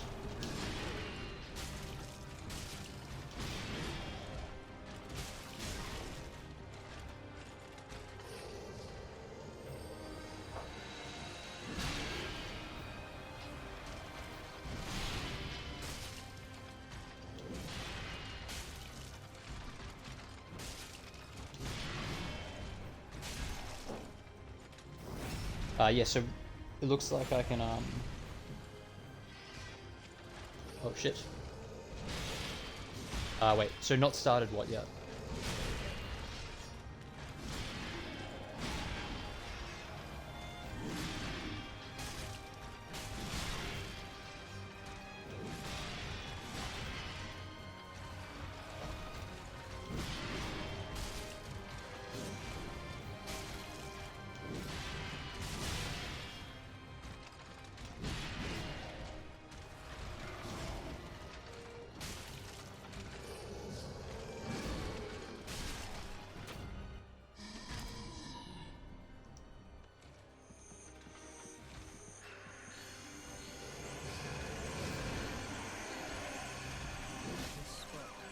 No. But you may rest here too, if you like. I think with that attack, I'm actually thinking that I'm gonna have to break lock on.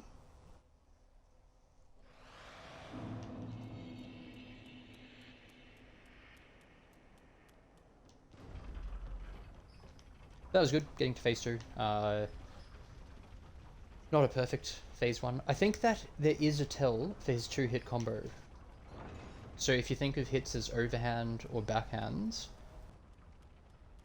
I think one of those two guarantee a 2-hit combo. I can't tell which one yet. Can't exactly visualize it. But we'll be on the lookout for it.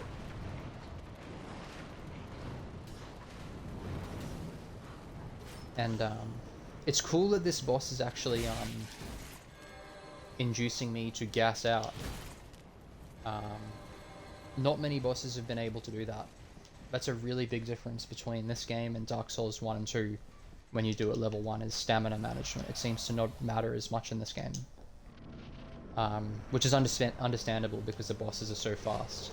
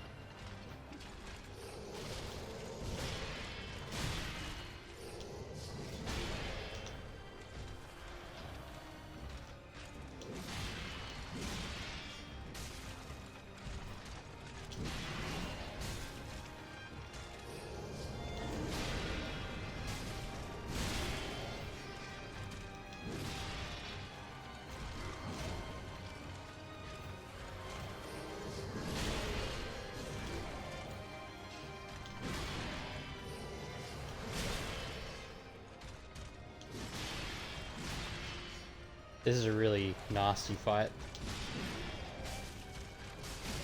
Huh. Going for 2 R1s there like a chump.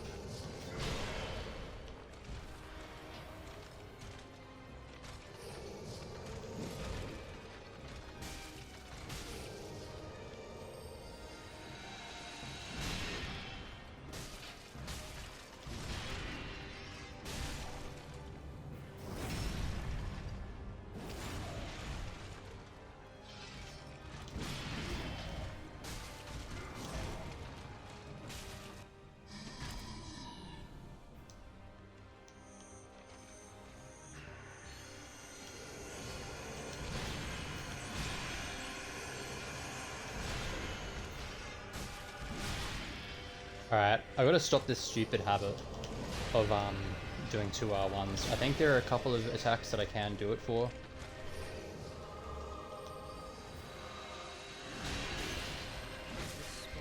Okay, so that was a quicker follow-up than I expected.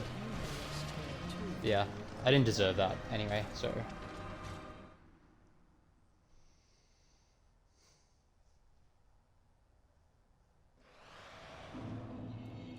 I think with him, I'm going to have to use a similar sort of tell to Nameless King, where you get a feel for when Nameless King is about to stop hitting you, rather than knowing, like, beforehand when his combos are going to end. Like, there's an animation of him cooling down, and I think this guy will have it as well. But I still do want to see if I can pick up on the double combos. But also in that fight, I did too many double R1 punishes when I shouldn't have.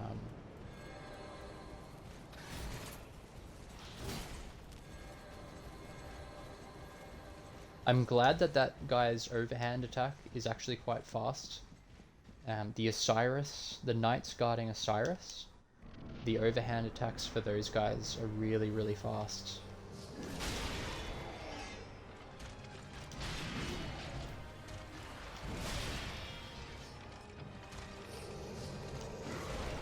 So that's something that I can double punish.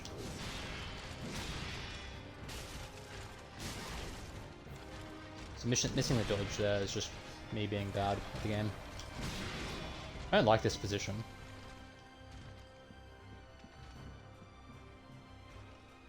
He's kind of slow.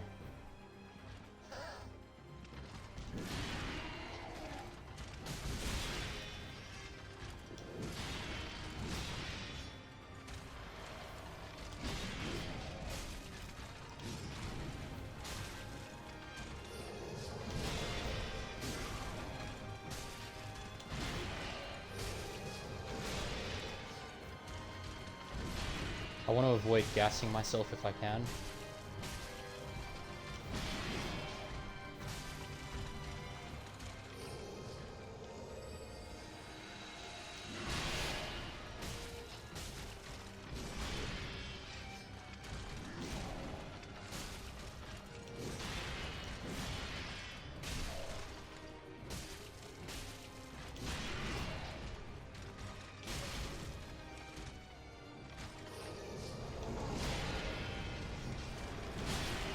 We'll definitely try and heal before phase 2.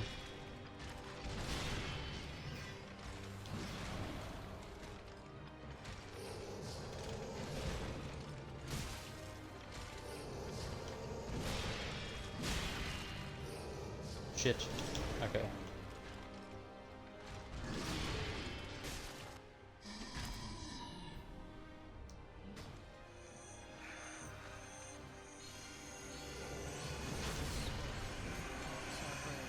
But you may rest here too, if you like. Hmm.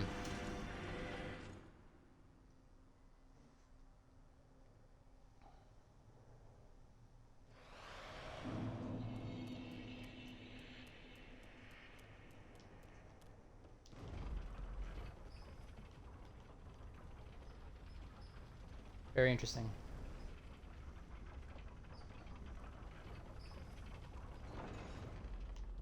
Definitely a better phase 1 than last time, but almost choked there right at the end.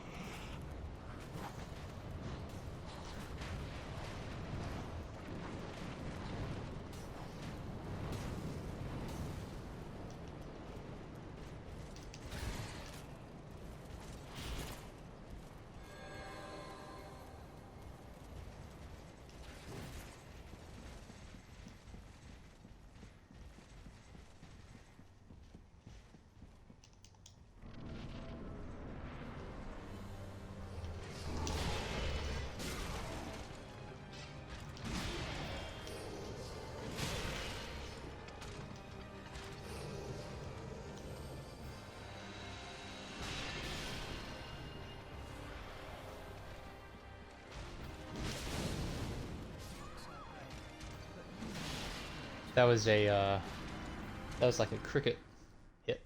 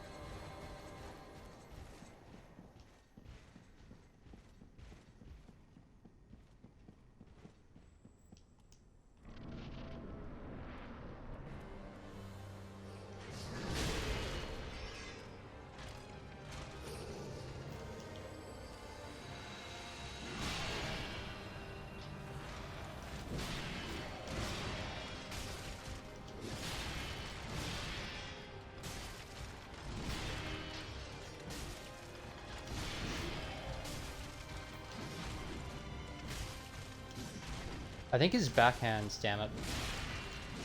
I had to take the hit there. I gassed myself. I think his backhands are the ones that are only one hits, whereas his sort of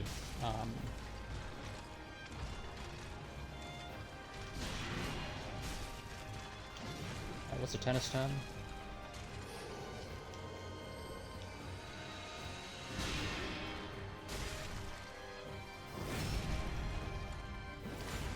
Okay, so we'll go to finish him here, I think.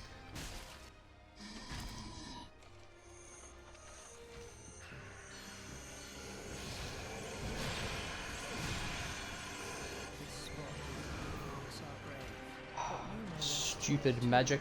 There's a lot more of them than you think.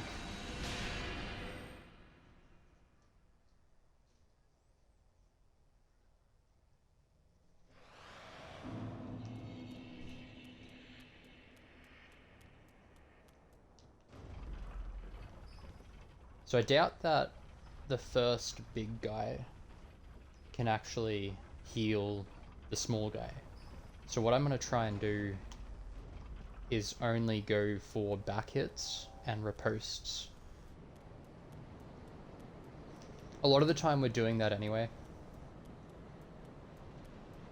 If I'm in a position where the only thing I can do is hit his front, I'll probably still do that. I'm gonna try and avoid killing the big guy. So I'll have to really manage the damage that I do to him.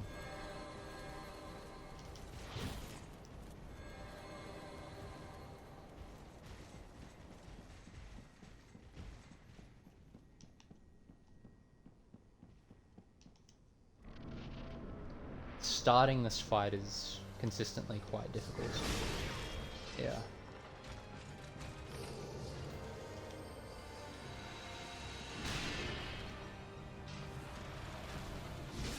Damn it. Marks are brave, but you may rest here too, if you like.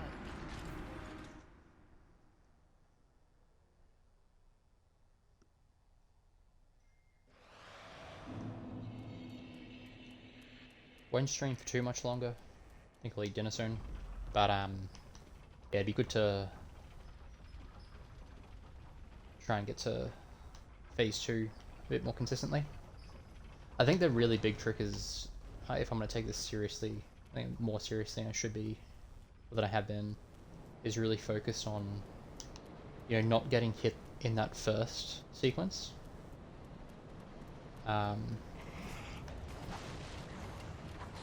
Because as soon as I get hit, it sort of just throws the whole thing off.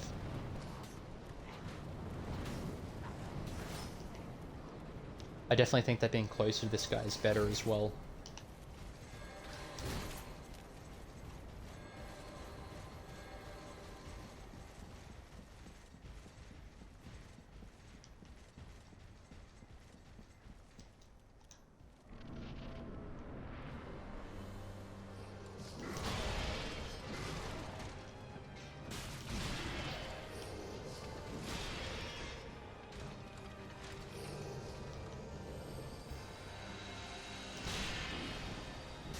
Trying to close the gap there. I want to avoid his big R2. His big sort of scoop R2.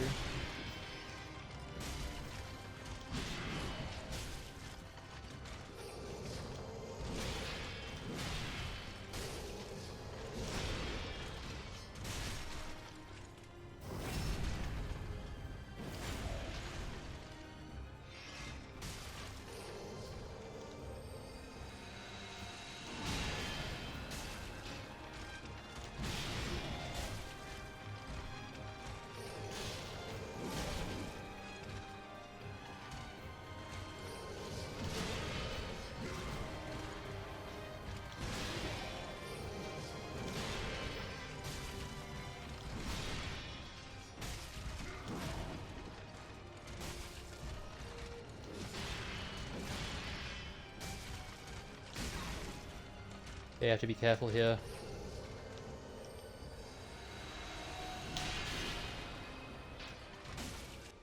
I really don't want to go to phase 2 with having to heal.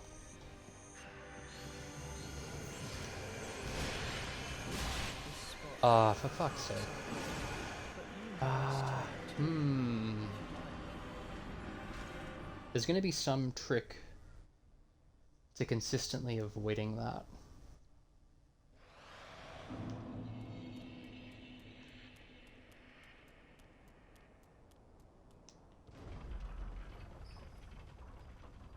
I think potentially like one thing that we'll try is get behind a pillar. Because the magic missiles I don't think follow them. They sort of, once he casts it, they stay in place and they'll all launch from that one spot. So if I get behind a pillar, I'll be safe from it. I'll just have to contend with whatever he decides to throw at me with his teleport. I mean, I don't really like it. You really have to move around with this guy.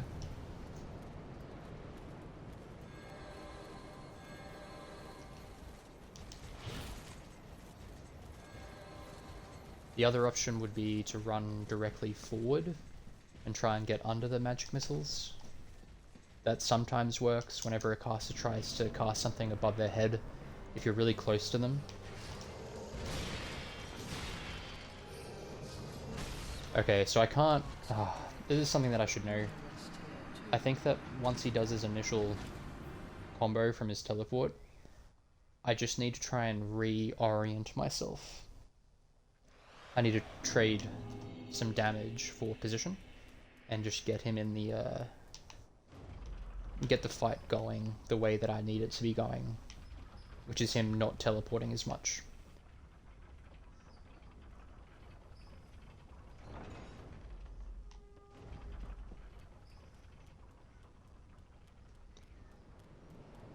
The other thing I'll do actually, if it really becomes an issue, some of those one-shot attacks, I'll throw on my steel protection ring. So at the moment, I think I have Flynn's ring. Oh, go away. I think I have Flynn's ring and Lloyd's sword ring.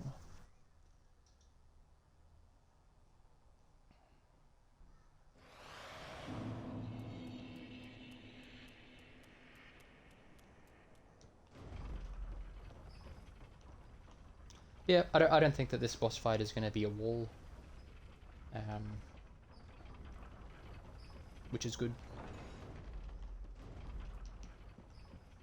So I think that either we'll do it today if we get lucky, because I'm not going to be... I'll probably stream for another half hour at most, or we'll finish it off.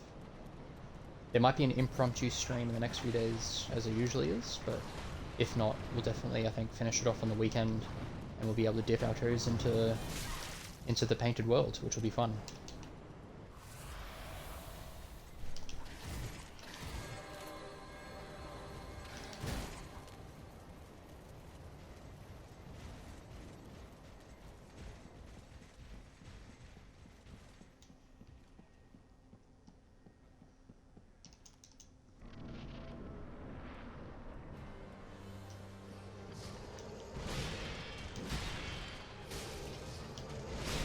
So breaking my own rule there.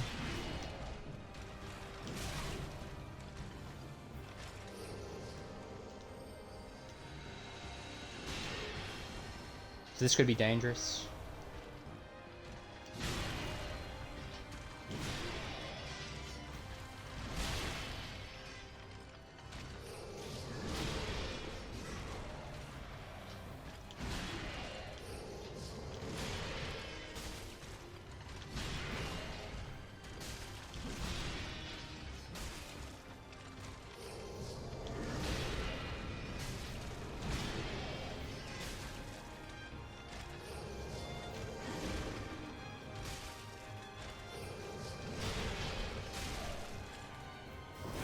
Getting lucky there, but let's take a bit of luck. I don't think I should actually try and punish the riposts.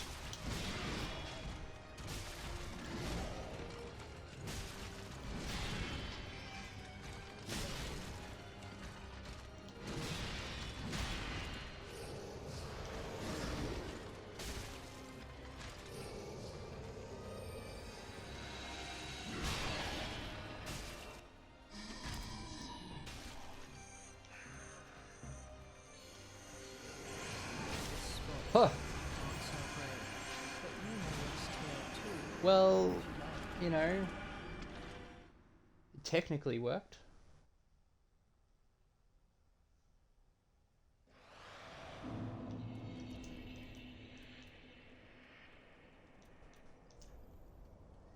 So throw on steel protection and see if that'll make a difference. Probably not too fussed about medium roll either. So we'll throw on the fashion. And we'll see if, hopefully we'll get to see if his big R2 type attacks kill me. And what I can do actually is Warcry.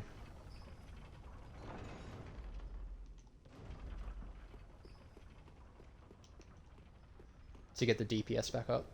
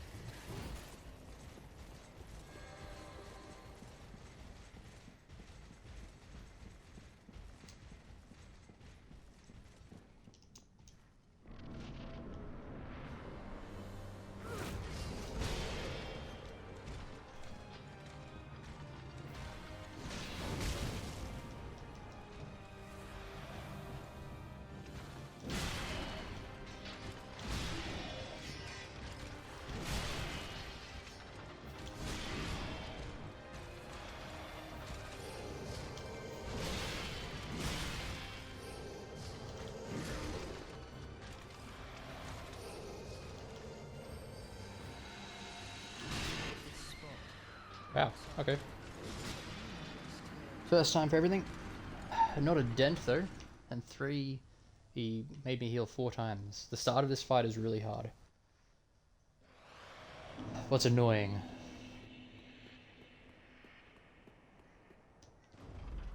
That often is the case though, like, you know, you're forced to start the fight in an awkward spot. In fact, actually, I think that if you start the fight normally from the opening cutscene, you're standing really close to him, and it's better.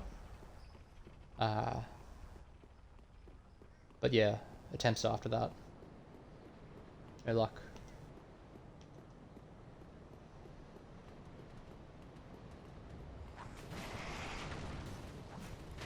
I think I'll Warcry before the door.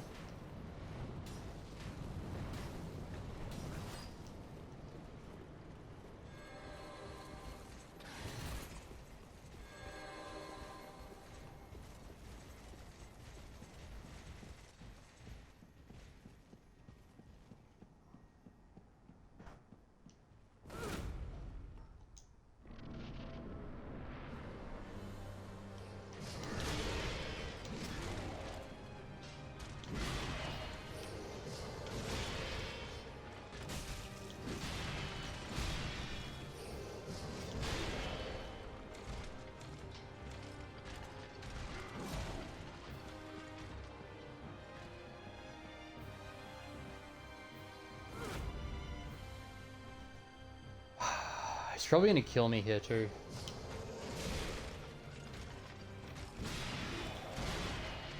Wow, super lucky.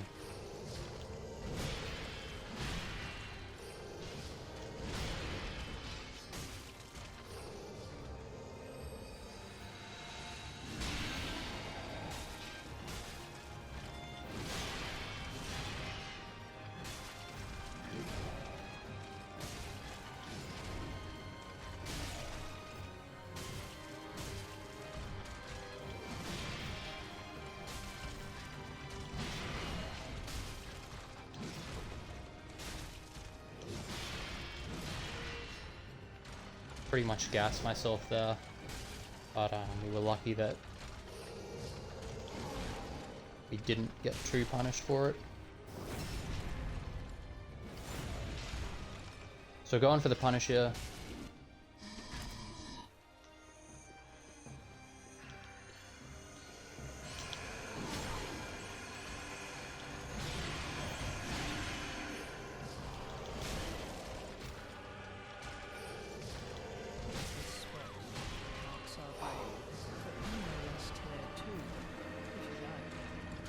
Thank you. I'll take the luck.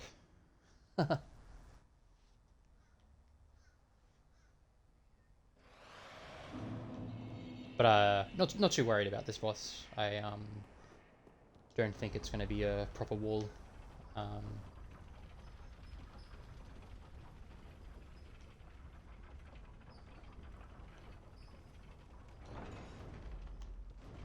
It's quite enjoyable as well, which is nice. That always helps.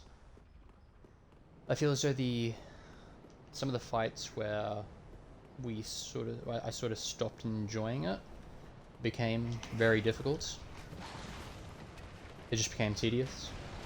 And this one seems quite fun. I kind of don't mind this pillar idea.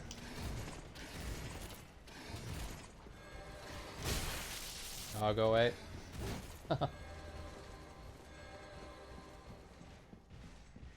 Yeah, I don't mind this pillar idea. I just think that I have to probably start closer to it. Because he teleports quite quickly.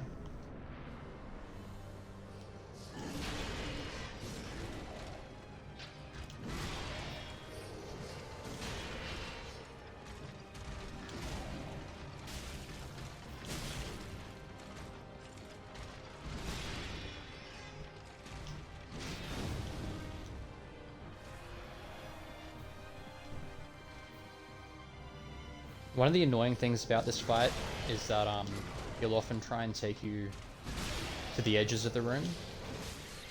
Yeah.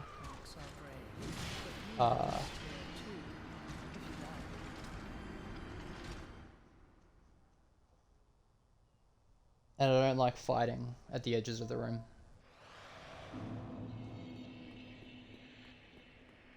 And the other issue is like the best place to be with this boss seems to be very close to him. And if you want to get away from the edges of the room, and there's two options, you can either try and move him away like I did just there, which can be a bit dubious because he does some weird stuff, or you can let him do it with his weapon art. He'll sort of teleport away.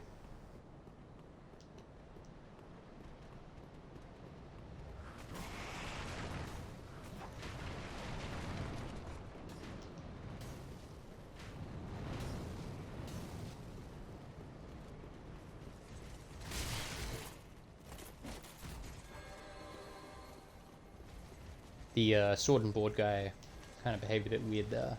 He didn't react to me as fast as he usually does, and I thought it was safe to just keep running. That's right.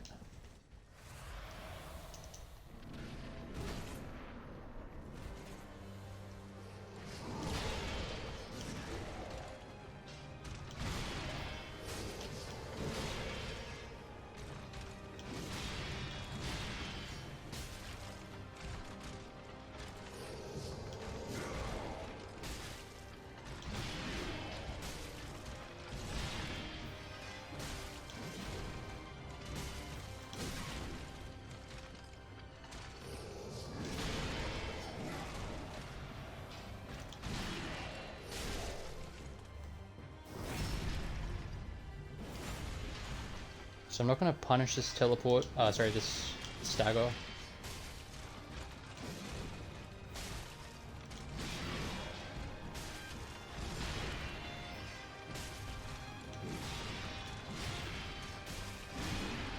Huh.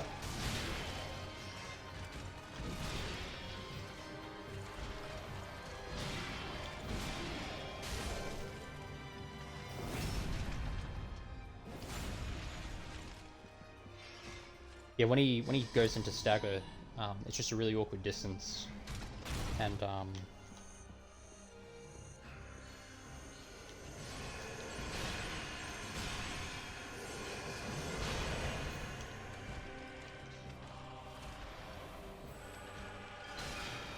oh, go away.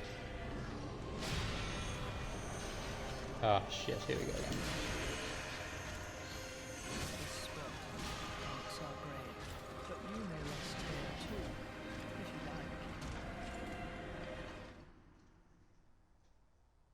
I think the problem with my little strategy here is that these pillars seem like a really shitty place to fight them.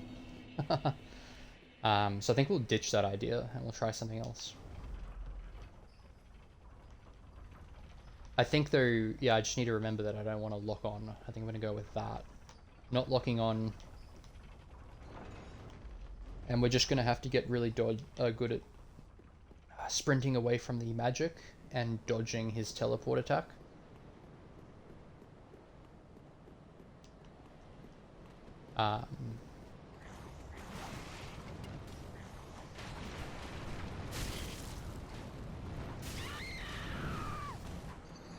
Yep.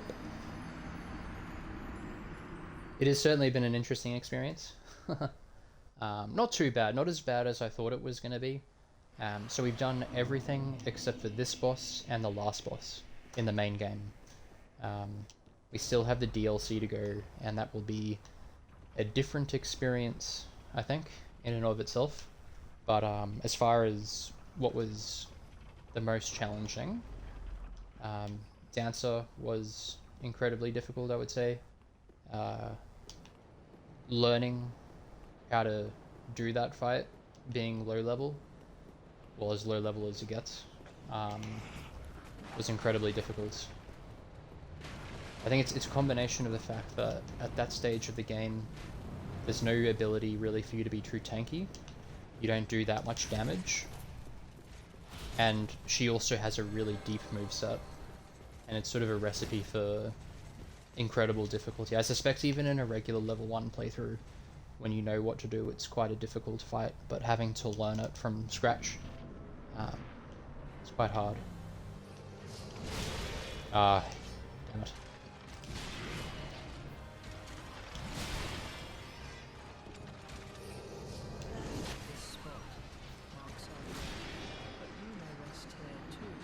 This guy's being mean to me.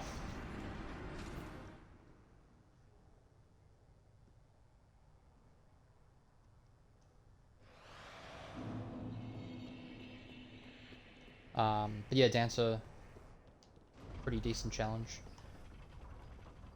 When I finally beat her, we did the first phase with no damage, which is kind of telling of, you know, just how many times you have to go through it and how much you have to learn it, doing it this way. And then, yeah, we did take quite a few hits in the second phase, actually. I was medium rolling, which I don't think helps, because I had all my gear on. But we did end up getting Lloyd Shield Ring, which really helped with the second phase, because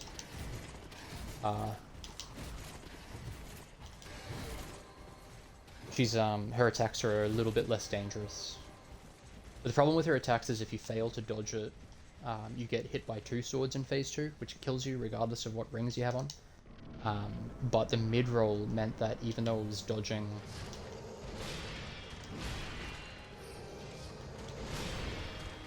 so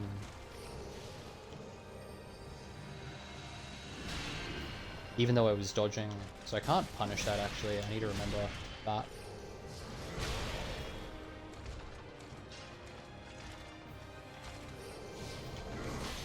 Okay.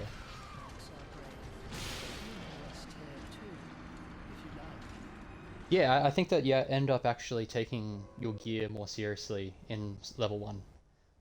Especially in Dark Souls 2. I have now picked up the Hunter Ring, I think, so I can get to 18 decks with the Milk Ring. So after this fight, and potentially even, you know, in the interim, like while we do it, I might look at using a thrust weapon, dex weapon.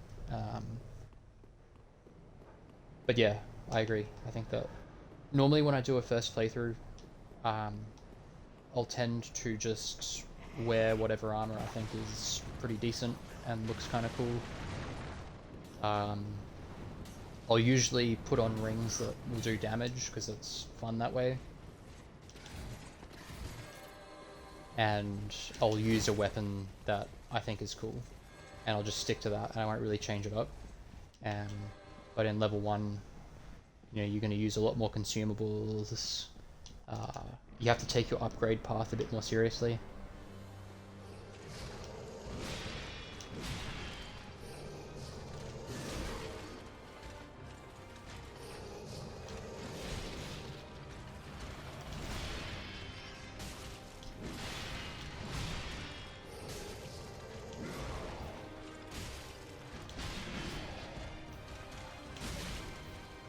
That attack is a bit annoying. I have to be a bit faster with the dodge.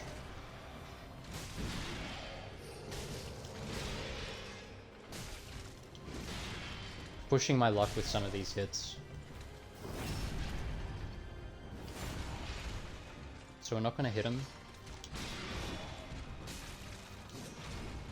Yeah, that attack there, that hits me a lot of the time.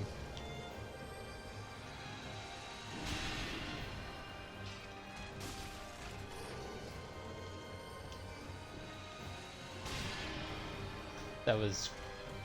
I mean, I'll take that. Kind of a blind dodge. Yeah, that attack there, decently tough.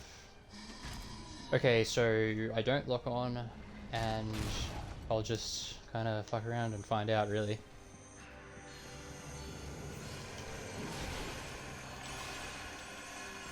God damn, there are so many of them. Oh, luck. Alright, let's see how we go.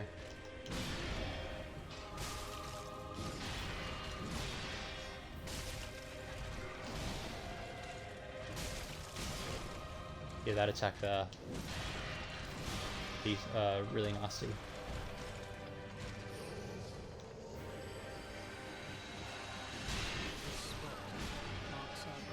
Interesting. I feel as though I probably should have been able to dodge that. Yeah, all you need is 1 HP, that's right. It'd be great if you could actually see exactly how much HP, like if that was, like if you play other games, you have competitive scoring that you can usually turn on, and you can see how much damage attacks actually do. Technically this game has that, but it'd be great if you could see it on yourself. Because yeah, definitely. The Estus, I think that Estus swig was just at the perfect time. Dark Souls 2 would have just messed you up there though. It takes so long for the healing to take effect. Ah, go away. This is going to be interesting.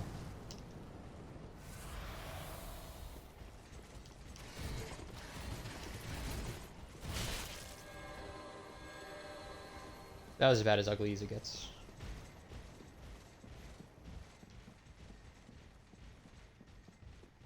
Yeah, I didn't, that, like, flame thing definitely hit me. I think if that sword hits you, I'm keen to see, well, I don't really want to see, but I think the sword, is a one-shot if you're too close to it.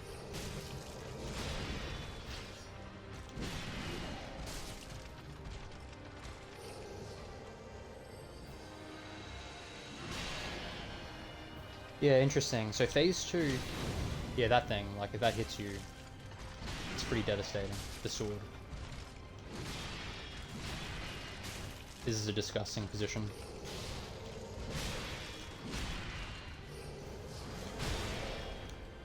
Nice. I think the steel protection ring is really helping out here.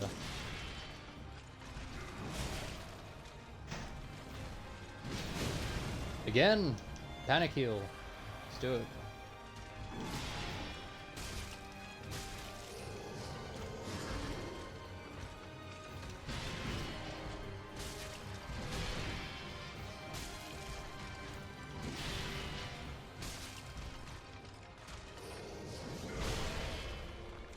Nice.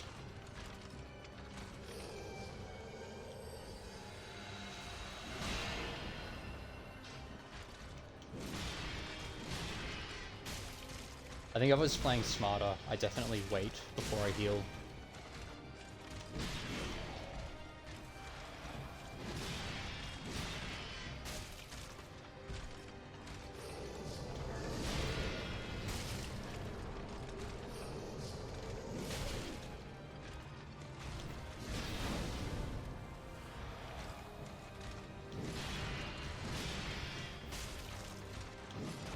So this definitely won't be a winning fight.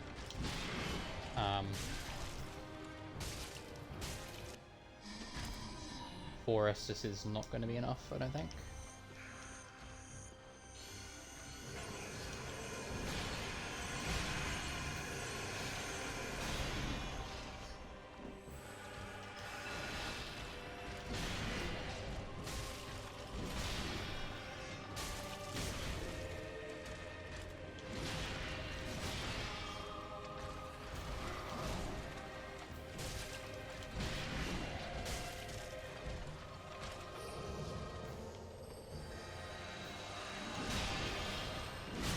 Alright, I need to remember that I can't actually punish his weapon art.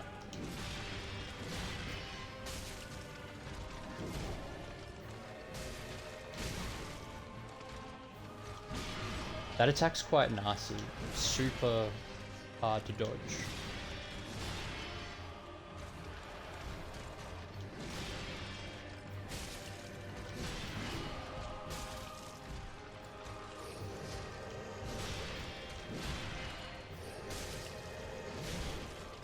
Oh dear.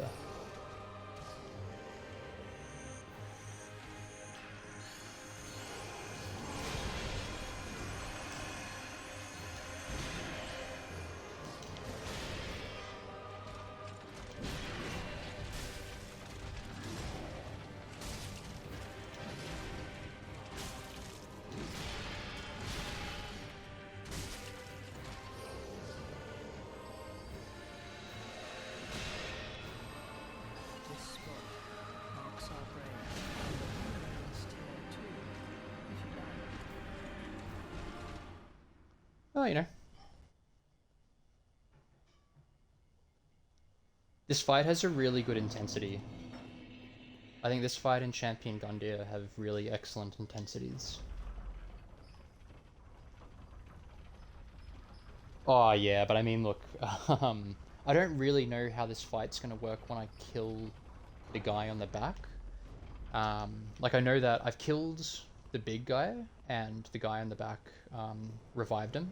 That's why I was trying to go for back hits. My goal is probably to try and kill the small guy first.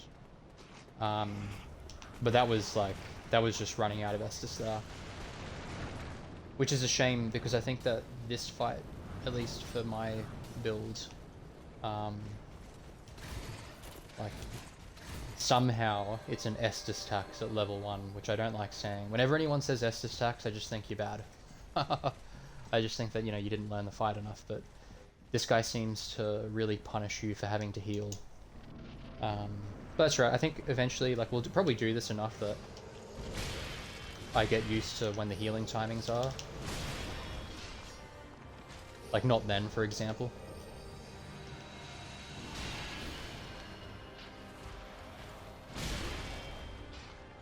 This guy's just mean.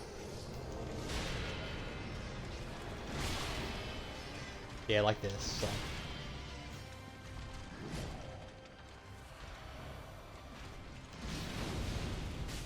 Potentially I do actually need to just disengage when I want to heal.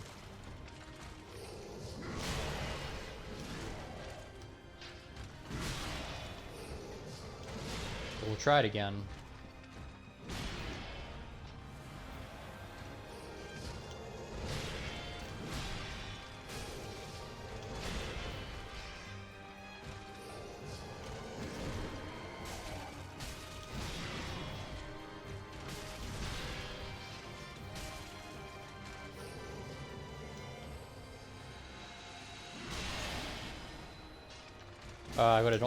I gotta remember not to do that.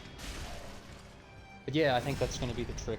I think the trick is gonna be, instead of trying to find a way to heal when I'm close to him, it's gonna be to disengage.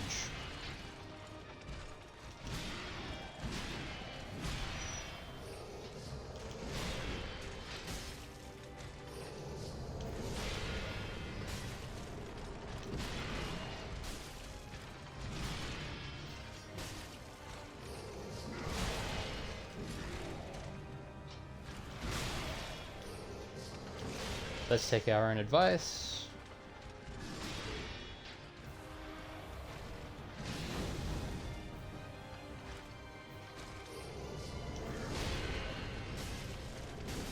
Okay. Well, 4 Estus again, not ideal, but hopefully next attempt we'll be able to put into practice this theory a little bit more.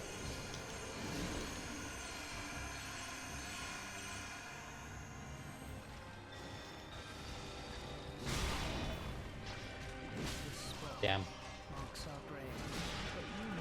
There was a bit of a stored roll there, I think. But that's okay. I don't think we would have done it with Forestus. I think now that we're a little bit more comfortable with the healing, how healing is supposed to go in this fight, hopefully I can go to second phase with Moressus. I mean, ideally we do this first phase without taking any damage, which I definitely think is possible, but one of the attacks that keep getting us is, it feels like when we're in a particular position after we've attacked, he'll have one super fast swing that just comes from the wrong direction, like it starts too close to us. Ah, oh, no, please don't let me die. Oh, thank God. Oh. Stupid run back. Yeah. I need to pay more attention in the run back.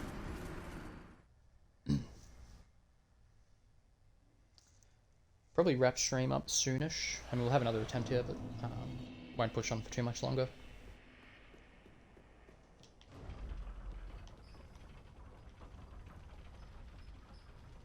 I think it got sidetracked actually. So, Dancer, Champion Gundyr, Pontiff, Nameless King, very tough fights, but to some extent, I'd say Pontiff, Dancer, and Nameless King were really fun to learn. Champion Gundyr, I struggled with a little bit. I kind of got tilted by it a bit because he does his roundhouse kick, which looks exactly the same as his Warcry attack. Like the wind up to it, so the wind up to both those attacks is super similar, and I was finding it really difficult to understand the difference between the two. But I think eventually I figured out that it's not so much understanding. Oh, I thought I had that dodge. Yeah, okay. It's not so much about understanding the difference between the two attacks. There's two elements to it. It's about understanding when he does the roundhouse kick. He does it as a follow-up if you're behind him. Like if you dodge a bunch of his attacks and kind of look like you're moving in to do a punish, he'll typically do the roundhouse kick. So understanding that more often than not, the kick attack is going to be a roundhouse when you're in that position is the key to differentiating between the two. Whereas the Warcry is more of a generic attack. He can still do it at roughly the same time, mind, but if you understand that, you're going to get hit by it a lot less. And the other thing that I learnt in that fight is understanding how to heal as well. Like just accepting the fact that I was going to get kicked a couple of times with the Warcry. And healing in that fight is really tough, because he has some intense combos. But yeah, that made the fight a little bit frustrating. Osiris as well. Osiris's charge kind of really wrecked me. I found that keeping him really close to the fog door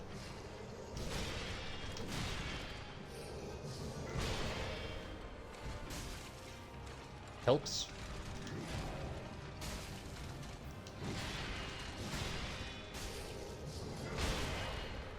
Okay, didn't see that coming.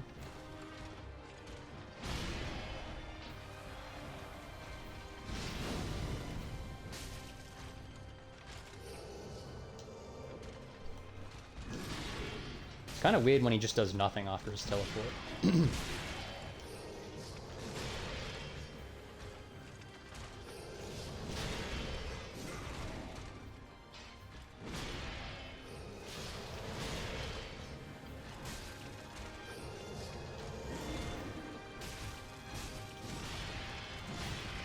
We won't attack there. Very close to gassing ourselves out.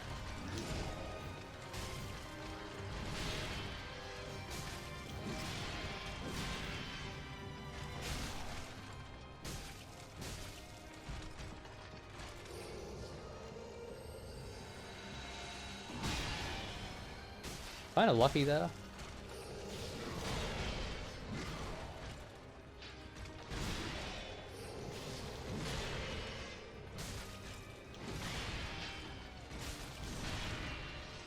This arena gets pretty interesting here. Where's all this stuff on the ground? This is going to be weird starting here. Hopefully we make a decent job of this. I got so much Estus.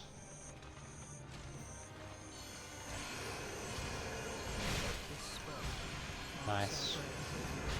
He body blocked me. The bastard.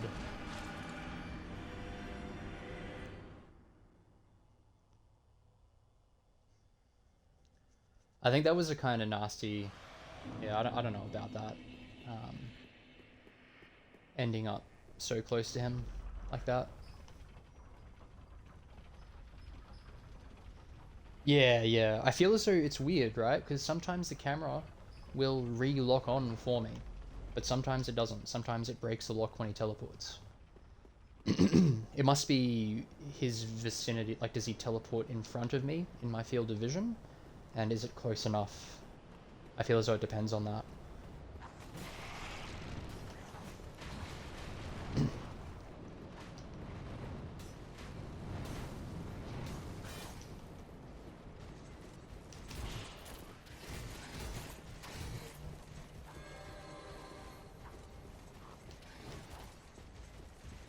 That's okay. I mean, I'll take a first phase where we do it pretty decently well. And our trick of moving away to heal, I think, is a lot better.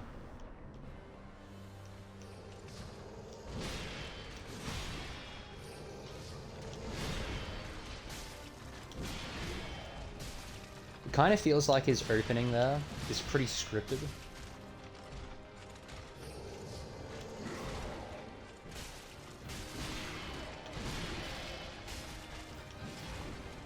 I can't double hit that poke attack unless I circle strafe it. So we won't go in for a follow-up here.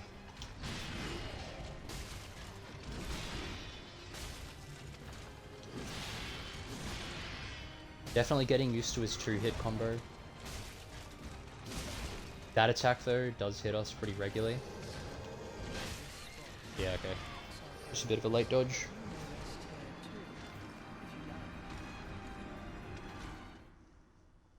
Shame I have to wrap up soon. I think I'm a couple of pretty good first phase attempts, I'd say. Yeah, not bad. One really good thing I think about this boss that I enjoy is the fact that his second phase moveset is not too far apart from his first phase moveset. Whereas like Nameless King obviously is completely different. It's two different bosses. Which wasn't, it didn't get annoying. Once I finished that fight, I went, onto YouTube and listened to some podcasts about it. And apparently a big gripe with Nameless King is the fact that they are so different, and every time you want to get to second phase, you got to run the gauntlet of the first phase. But I didn't find it too much of a bother. Even at level 1, and I obviously don't have the Dragon Slayer axe, I was still doing enough damage in phase 1 that it's not really a massively long fight. Damn it.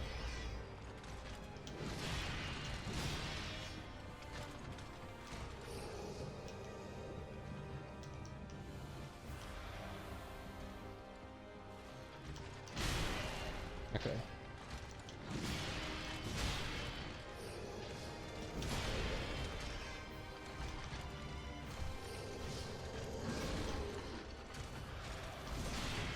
He's got a really long cooldown for his thrust attack, so I figured I'd be safe to heal close to him.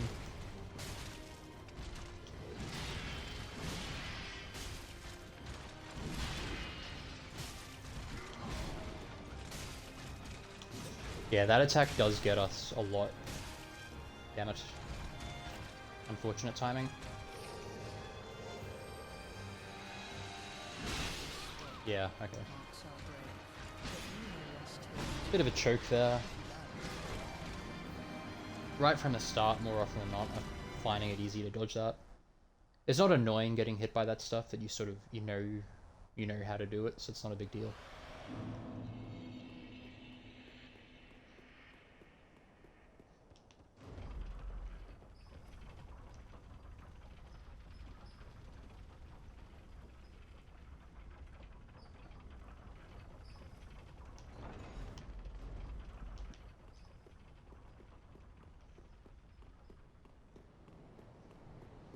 I'm really keen to see how this level connects back down to Lothric Castle, because there was a lot in Lothric Castle that I wasn't able to access.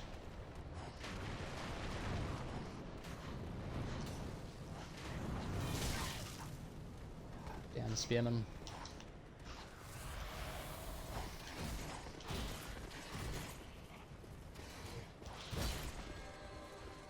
Almost missed that guy as well.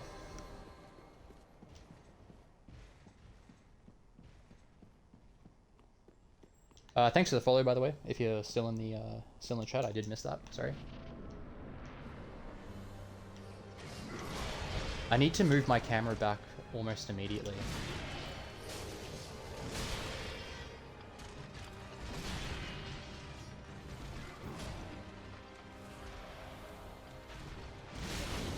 Whoops. Interesting that it's not a one-shot though. Ring of Steel protection coming in handy there. Yeah, okay.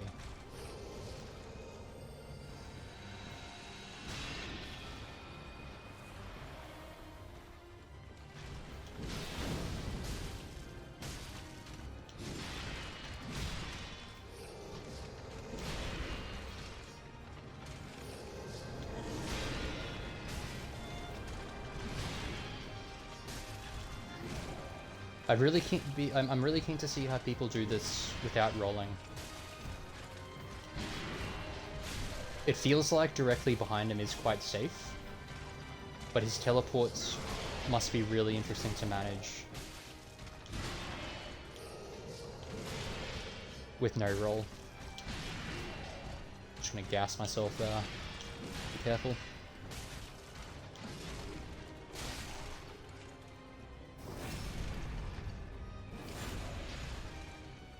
Oh yeah. Oh yeah. Well, when we get there, might not get there today, but yeah. I'm kind of keen to see. I don't want this to be like a level 1 run, where I just run through everything. I like fighting all the mob enemies and all the mini bosses and trying to get most of the items.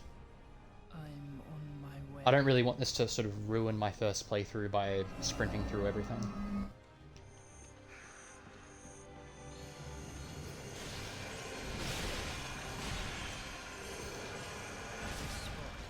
Marks are grave, but you may rest here if you like.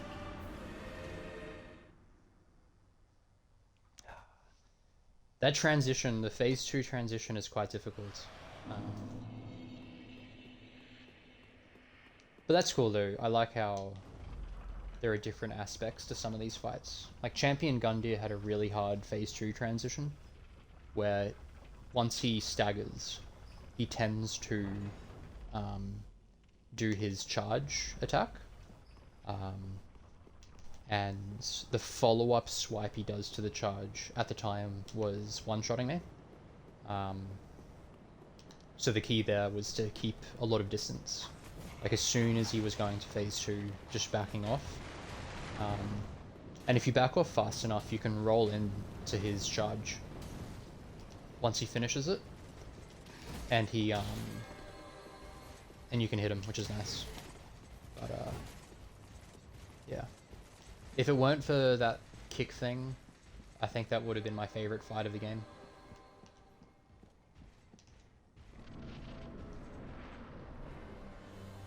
Yeah.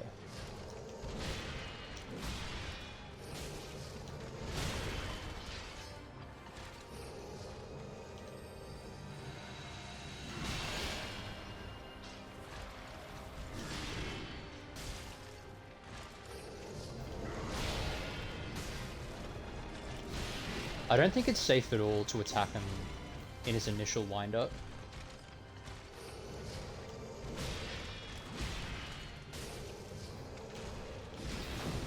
That was an interesting attack to do.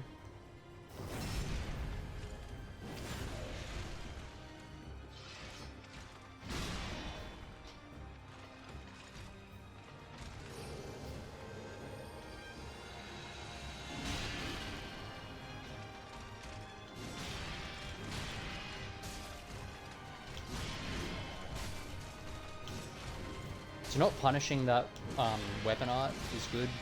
It's just those little things, like if I'd gotten hit there, it just would have been one more Estus I'd have to use.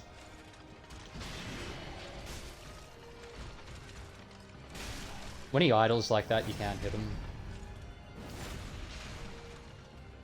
Yeah, I found out that you could parry him. You can parry Pontiff as well, but even if I had known, I wouldn't have.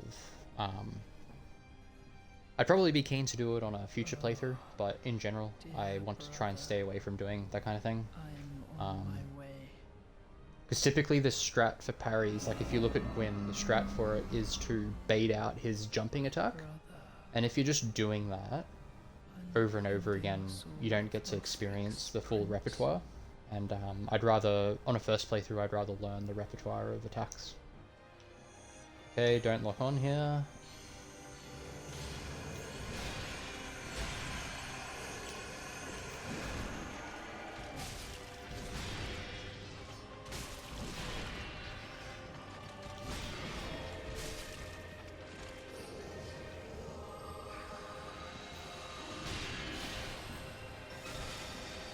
That's a bit annoying.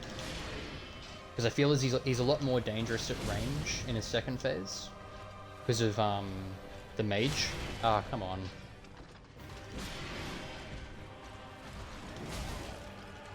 Okay, so breaking my rules here.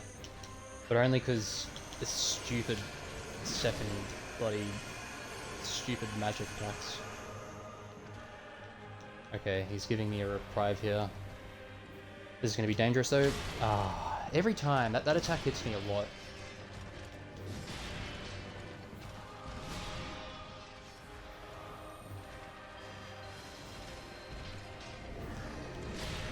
Haven't seen that yet. Okay. Lame. At least that attack's telegraphed, but... yeah. I think our heal strategy is definitely more dubious in second phase, which is a shame, but we play these games because they're hard.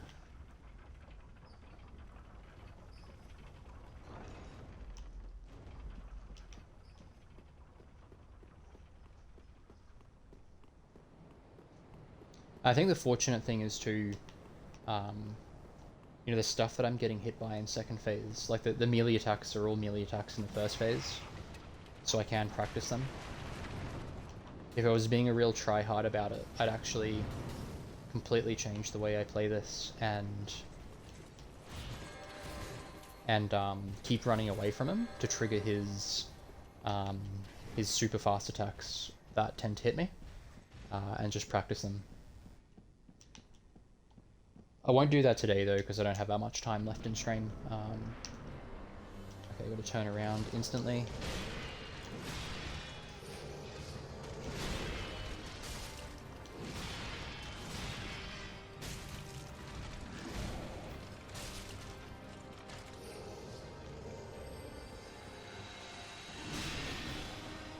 I think you might actually be able to just sprint from that.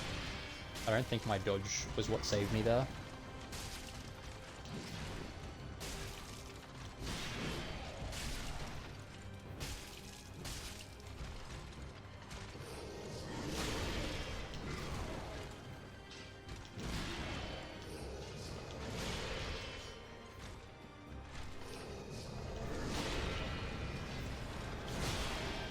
Damn, I thought I could heal there.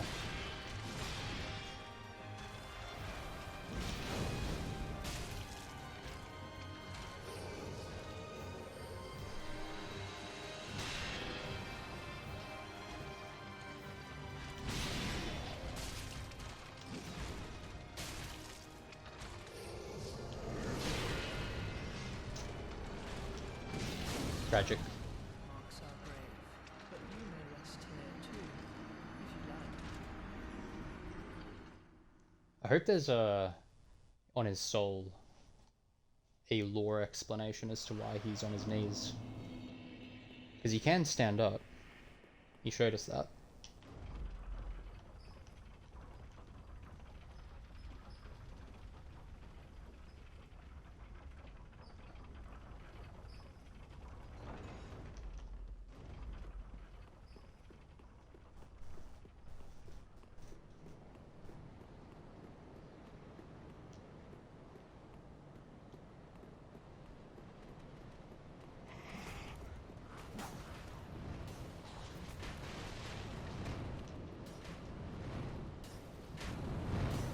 Stupid crossbows. Okay, this is a bit weird.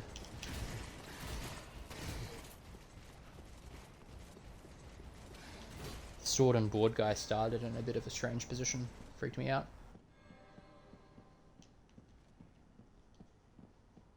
I have to say though, I don't know if you were around for my commentary on it, but I think Grand Archives... I should be getting that. Grand Archives takes the cake for best area so far. Alright. Okay.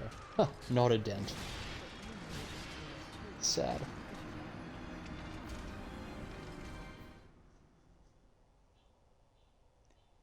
Yeah, Grand Archives was an excellent area. I love the way it sort of builds the level by using Crystal Sage.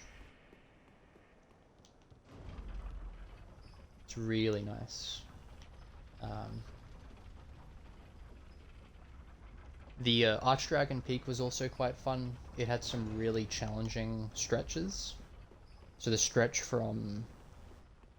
So when you kill Ancient Wyvern, you get teleported. From that bonfire to...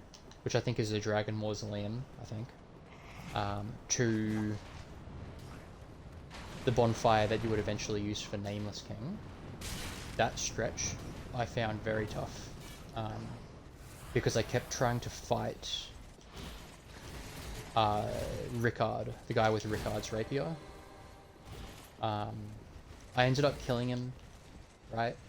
And then the snake summoner just summoned him again. Okay, little turnarounds. Come on.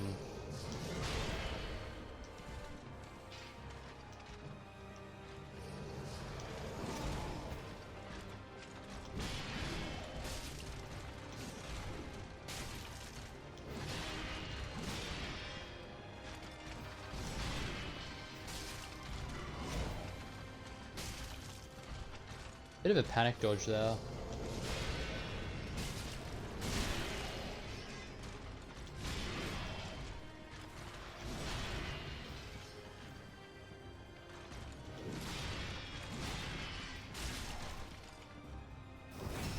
Breaking a few rules here, which I'm not a fan of, but whatever.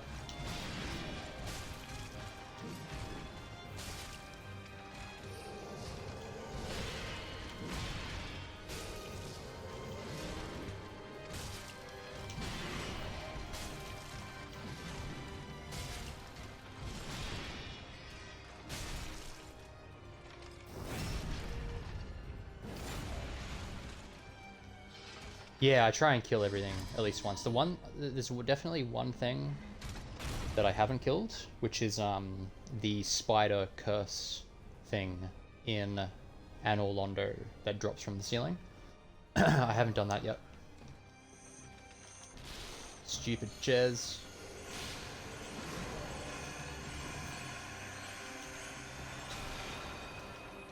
Stupid stored roll.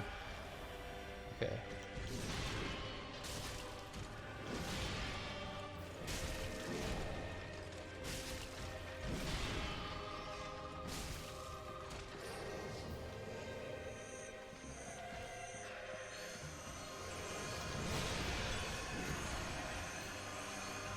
God damn, there's a lot of them.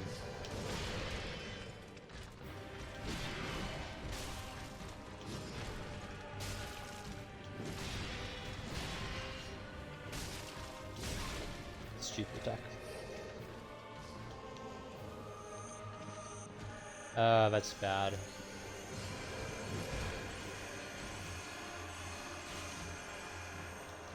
Shit! Fuck. Oh, look, I survived. Amazing. God damn it, that attack just annoys me.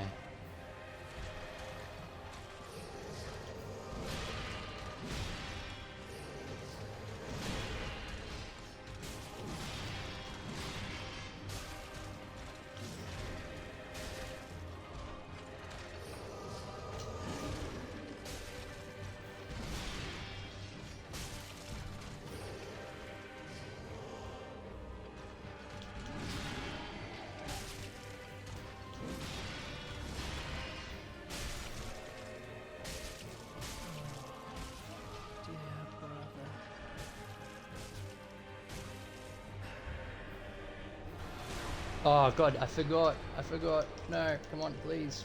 Please.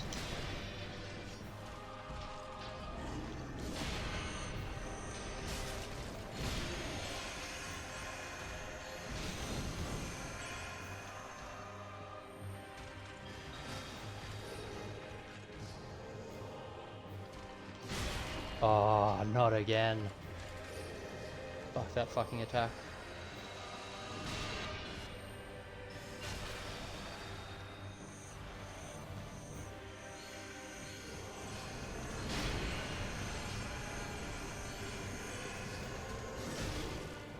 God damn it. Shit. Marks are brave, but you may rest here too, if you like. Oh, you know, it all fell apart. It all fell apart. Well, you know, I think that was good practice. I think there was some stuff there that was pretty decent. I think overall, I've got to add myself back to the party. Overall, I think I dealt with his little magic missile spam a little bit better.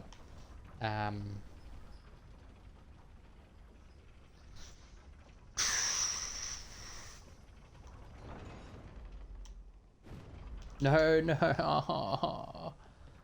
Oh dear.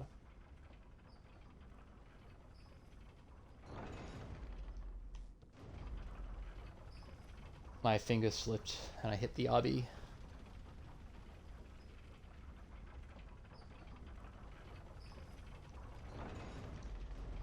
But yeah, his super fast slam, not dodging it, which isn't good.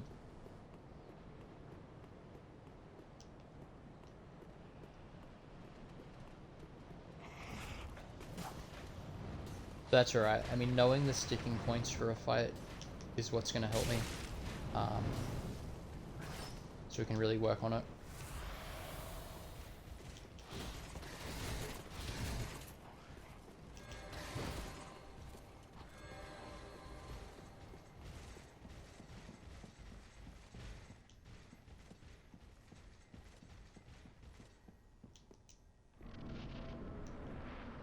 Okay, turn around immediately.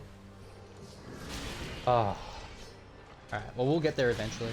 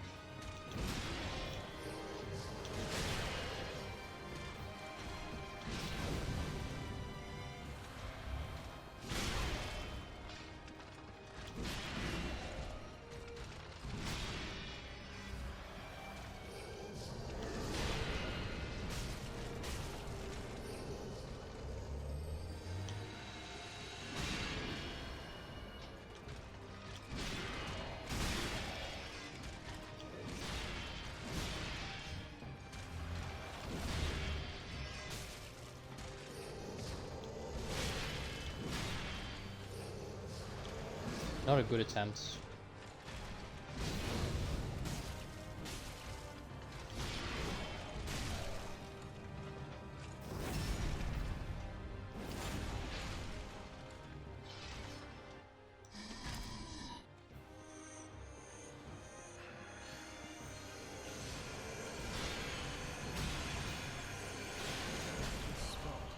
Marks are brave, but you may rest here too, if you like.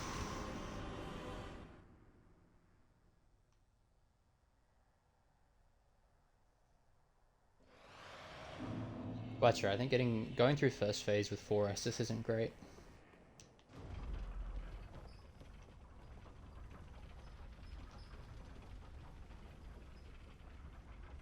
Yeah, it's I think it's a super aggressive boss as well. Um, like it's a first boss where I'm actively, well, not it. It's one of very few, like maybe champion Gunda in this boss where I'm really having to manage my stamina. Like I'm actively not taking hits to stop myself from gassing out, which is really fun. Ooh, I could die here. Oh, oh, what? I don't understand. Yeah.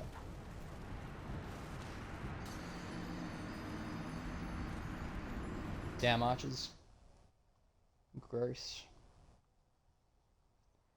Yeah, I think it's really fun. It reminds me a lot of Dark Souls 2 bosses. Like a Fume Knight, for example. Like Fume Knight's moveset isn't as hardcore as bosses in this game, but he just doesn't stop. And same with Blue Smelter Demon.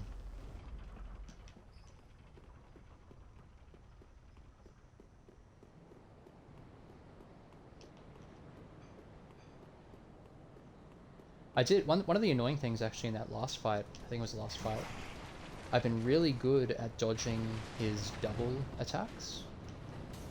But I got hit by it there. Oh, go away. Ugh.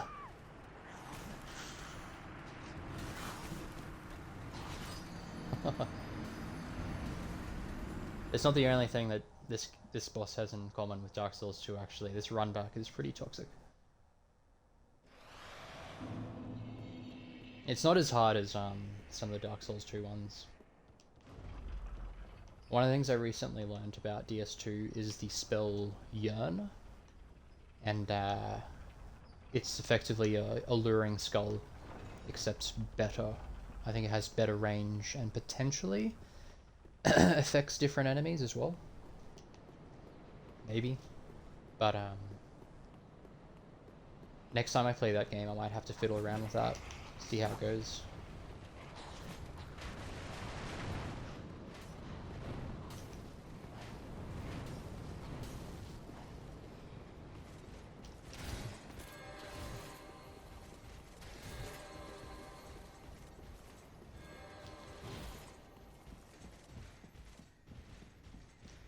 Yeah, I think the fact that it has so many different bosses is great. Um, and also, like I think you mentioned earlier that SL1, you have to take your gear really seriously. Dark Souls 2 really epitomizes that. Can you imagine breaking the rules like I am?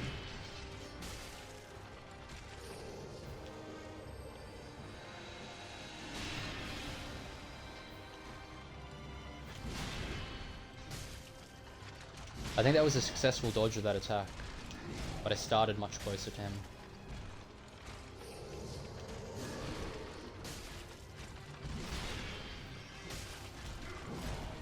This position's really toxic.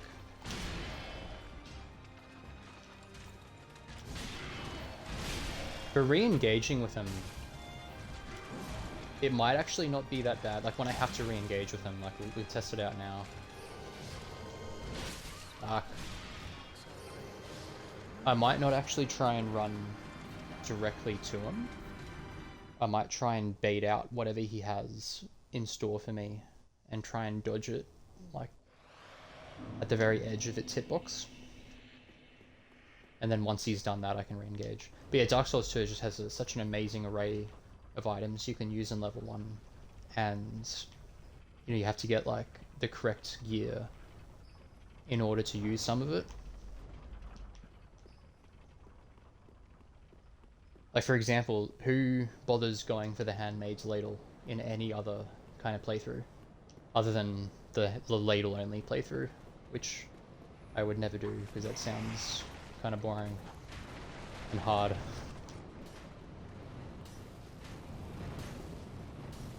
But yeah, when I did mine, I went straight for the ladle. I killed the ogres basically as soon as I got a weapon. I think the mace? Whatever weapon you get in Majula. Okay, can I dodge this?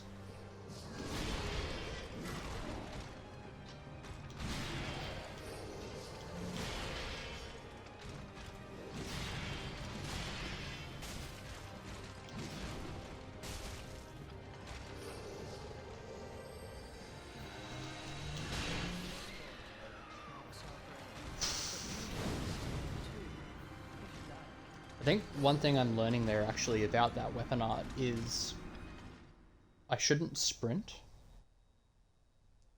Like I shouldn't start off by sprinting.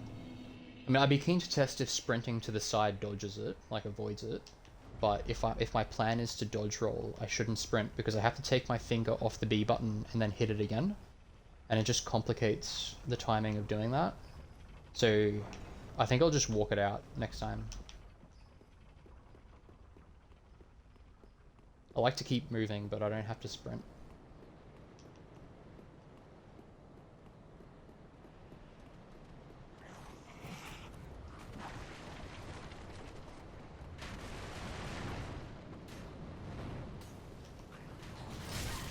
Oh, I keep missing that dodge.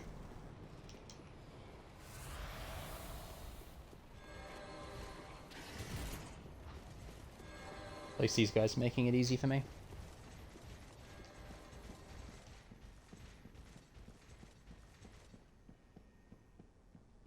And then you have the option of to whether or not you want to get the peasant set.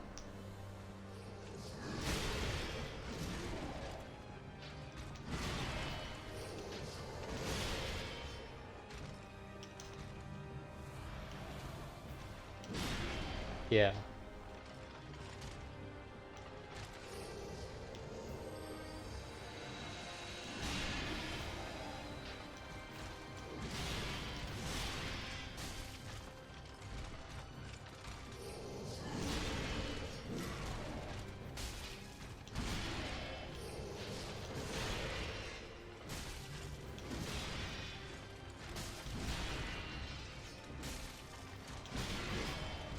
Shouldn't have hit there. Kind of got lucky, I think.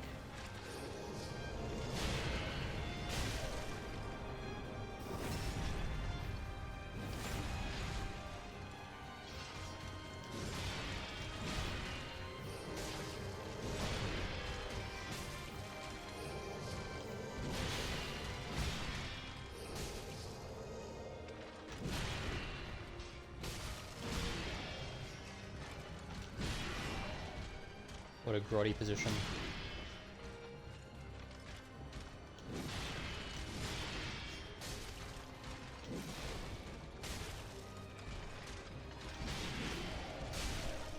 Yeah, one thing we learnt now is that with when I have to like my strategy is to disengage with him to heal.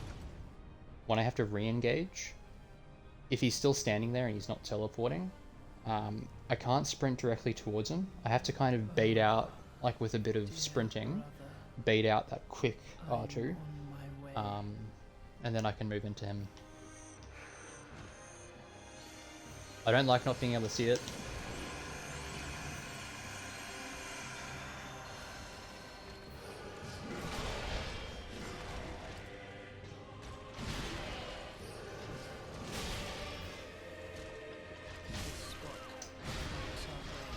It's a bit unfortunate.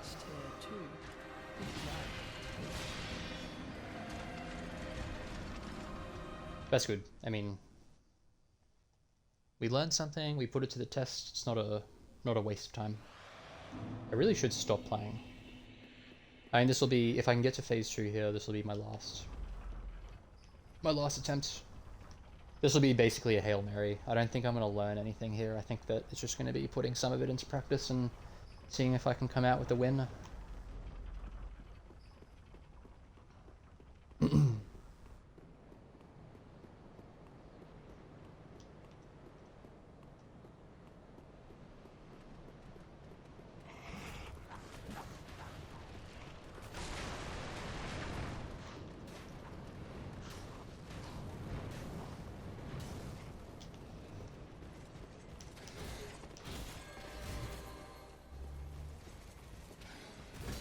Guys being weird, dangerous. Yep.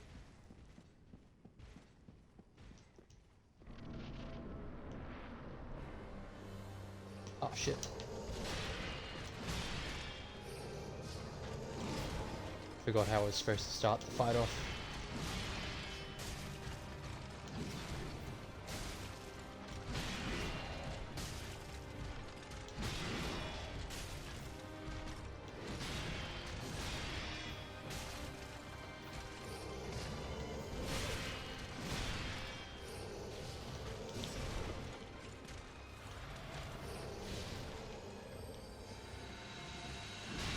So I healed there because I'm pretty confident I just can.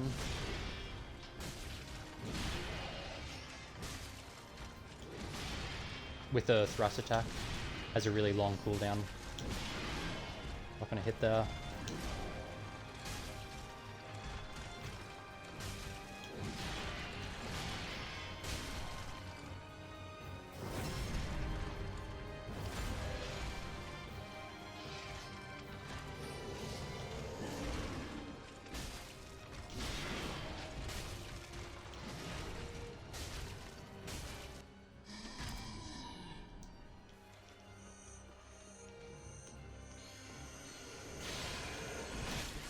Alright.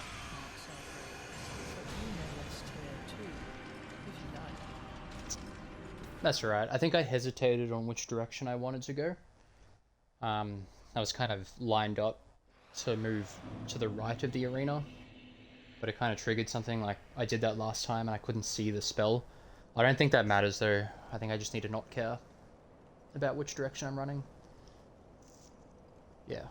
Alright, well, thanks for joining us, and yeah, I think there'll be an unscheduled stream, I think, later in the week. I'll try and put up the schedule for when I wanna do it. But yeah, hopefully. Hopefully I'll be able to line up a nice meaty stream where I can take it nice and seriously and sort of dig my heels in and get the win, and then it'll be Ashes of Ariandel, which will be exciting. Keen to put that DLC tag in the stream title. But yeah, enjoy the rest of your night or day, and yeah, enjoy the walk with your dog, and hopefully catch you in the next one.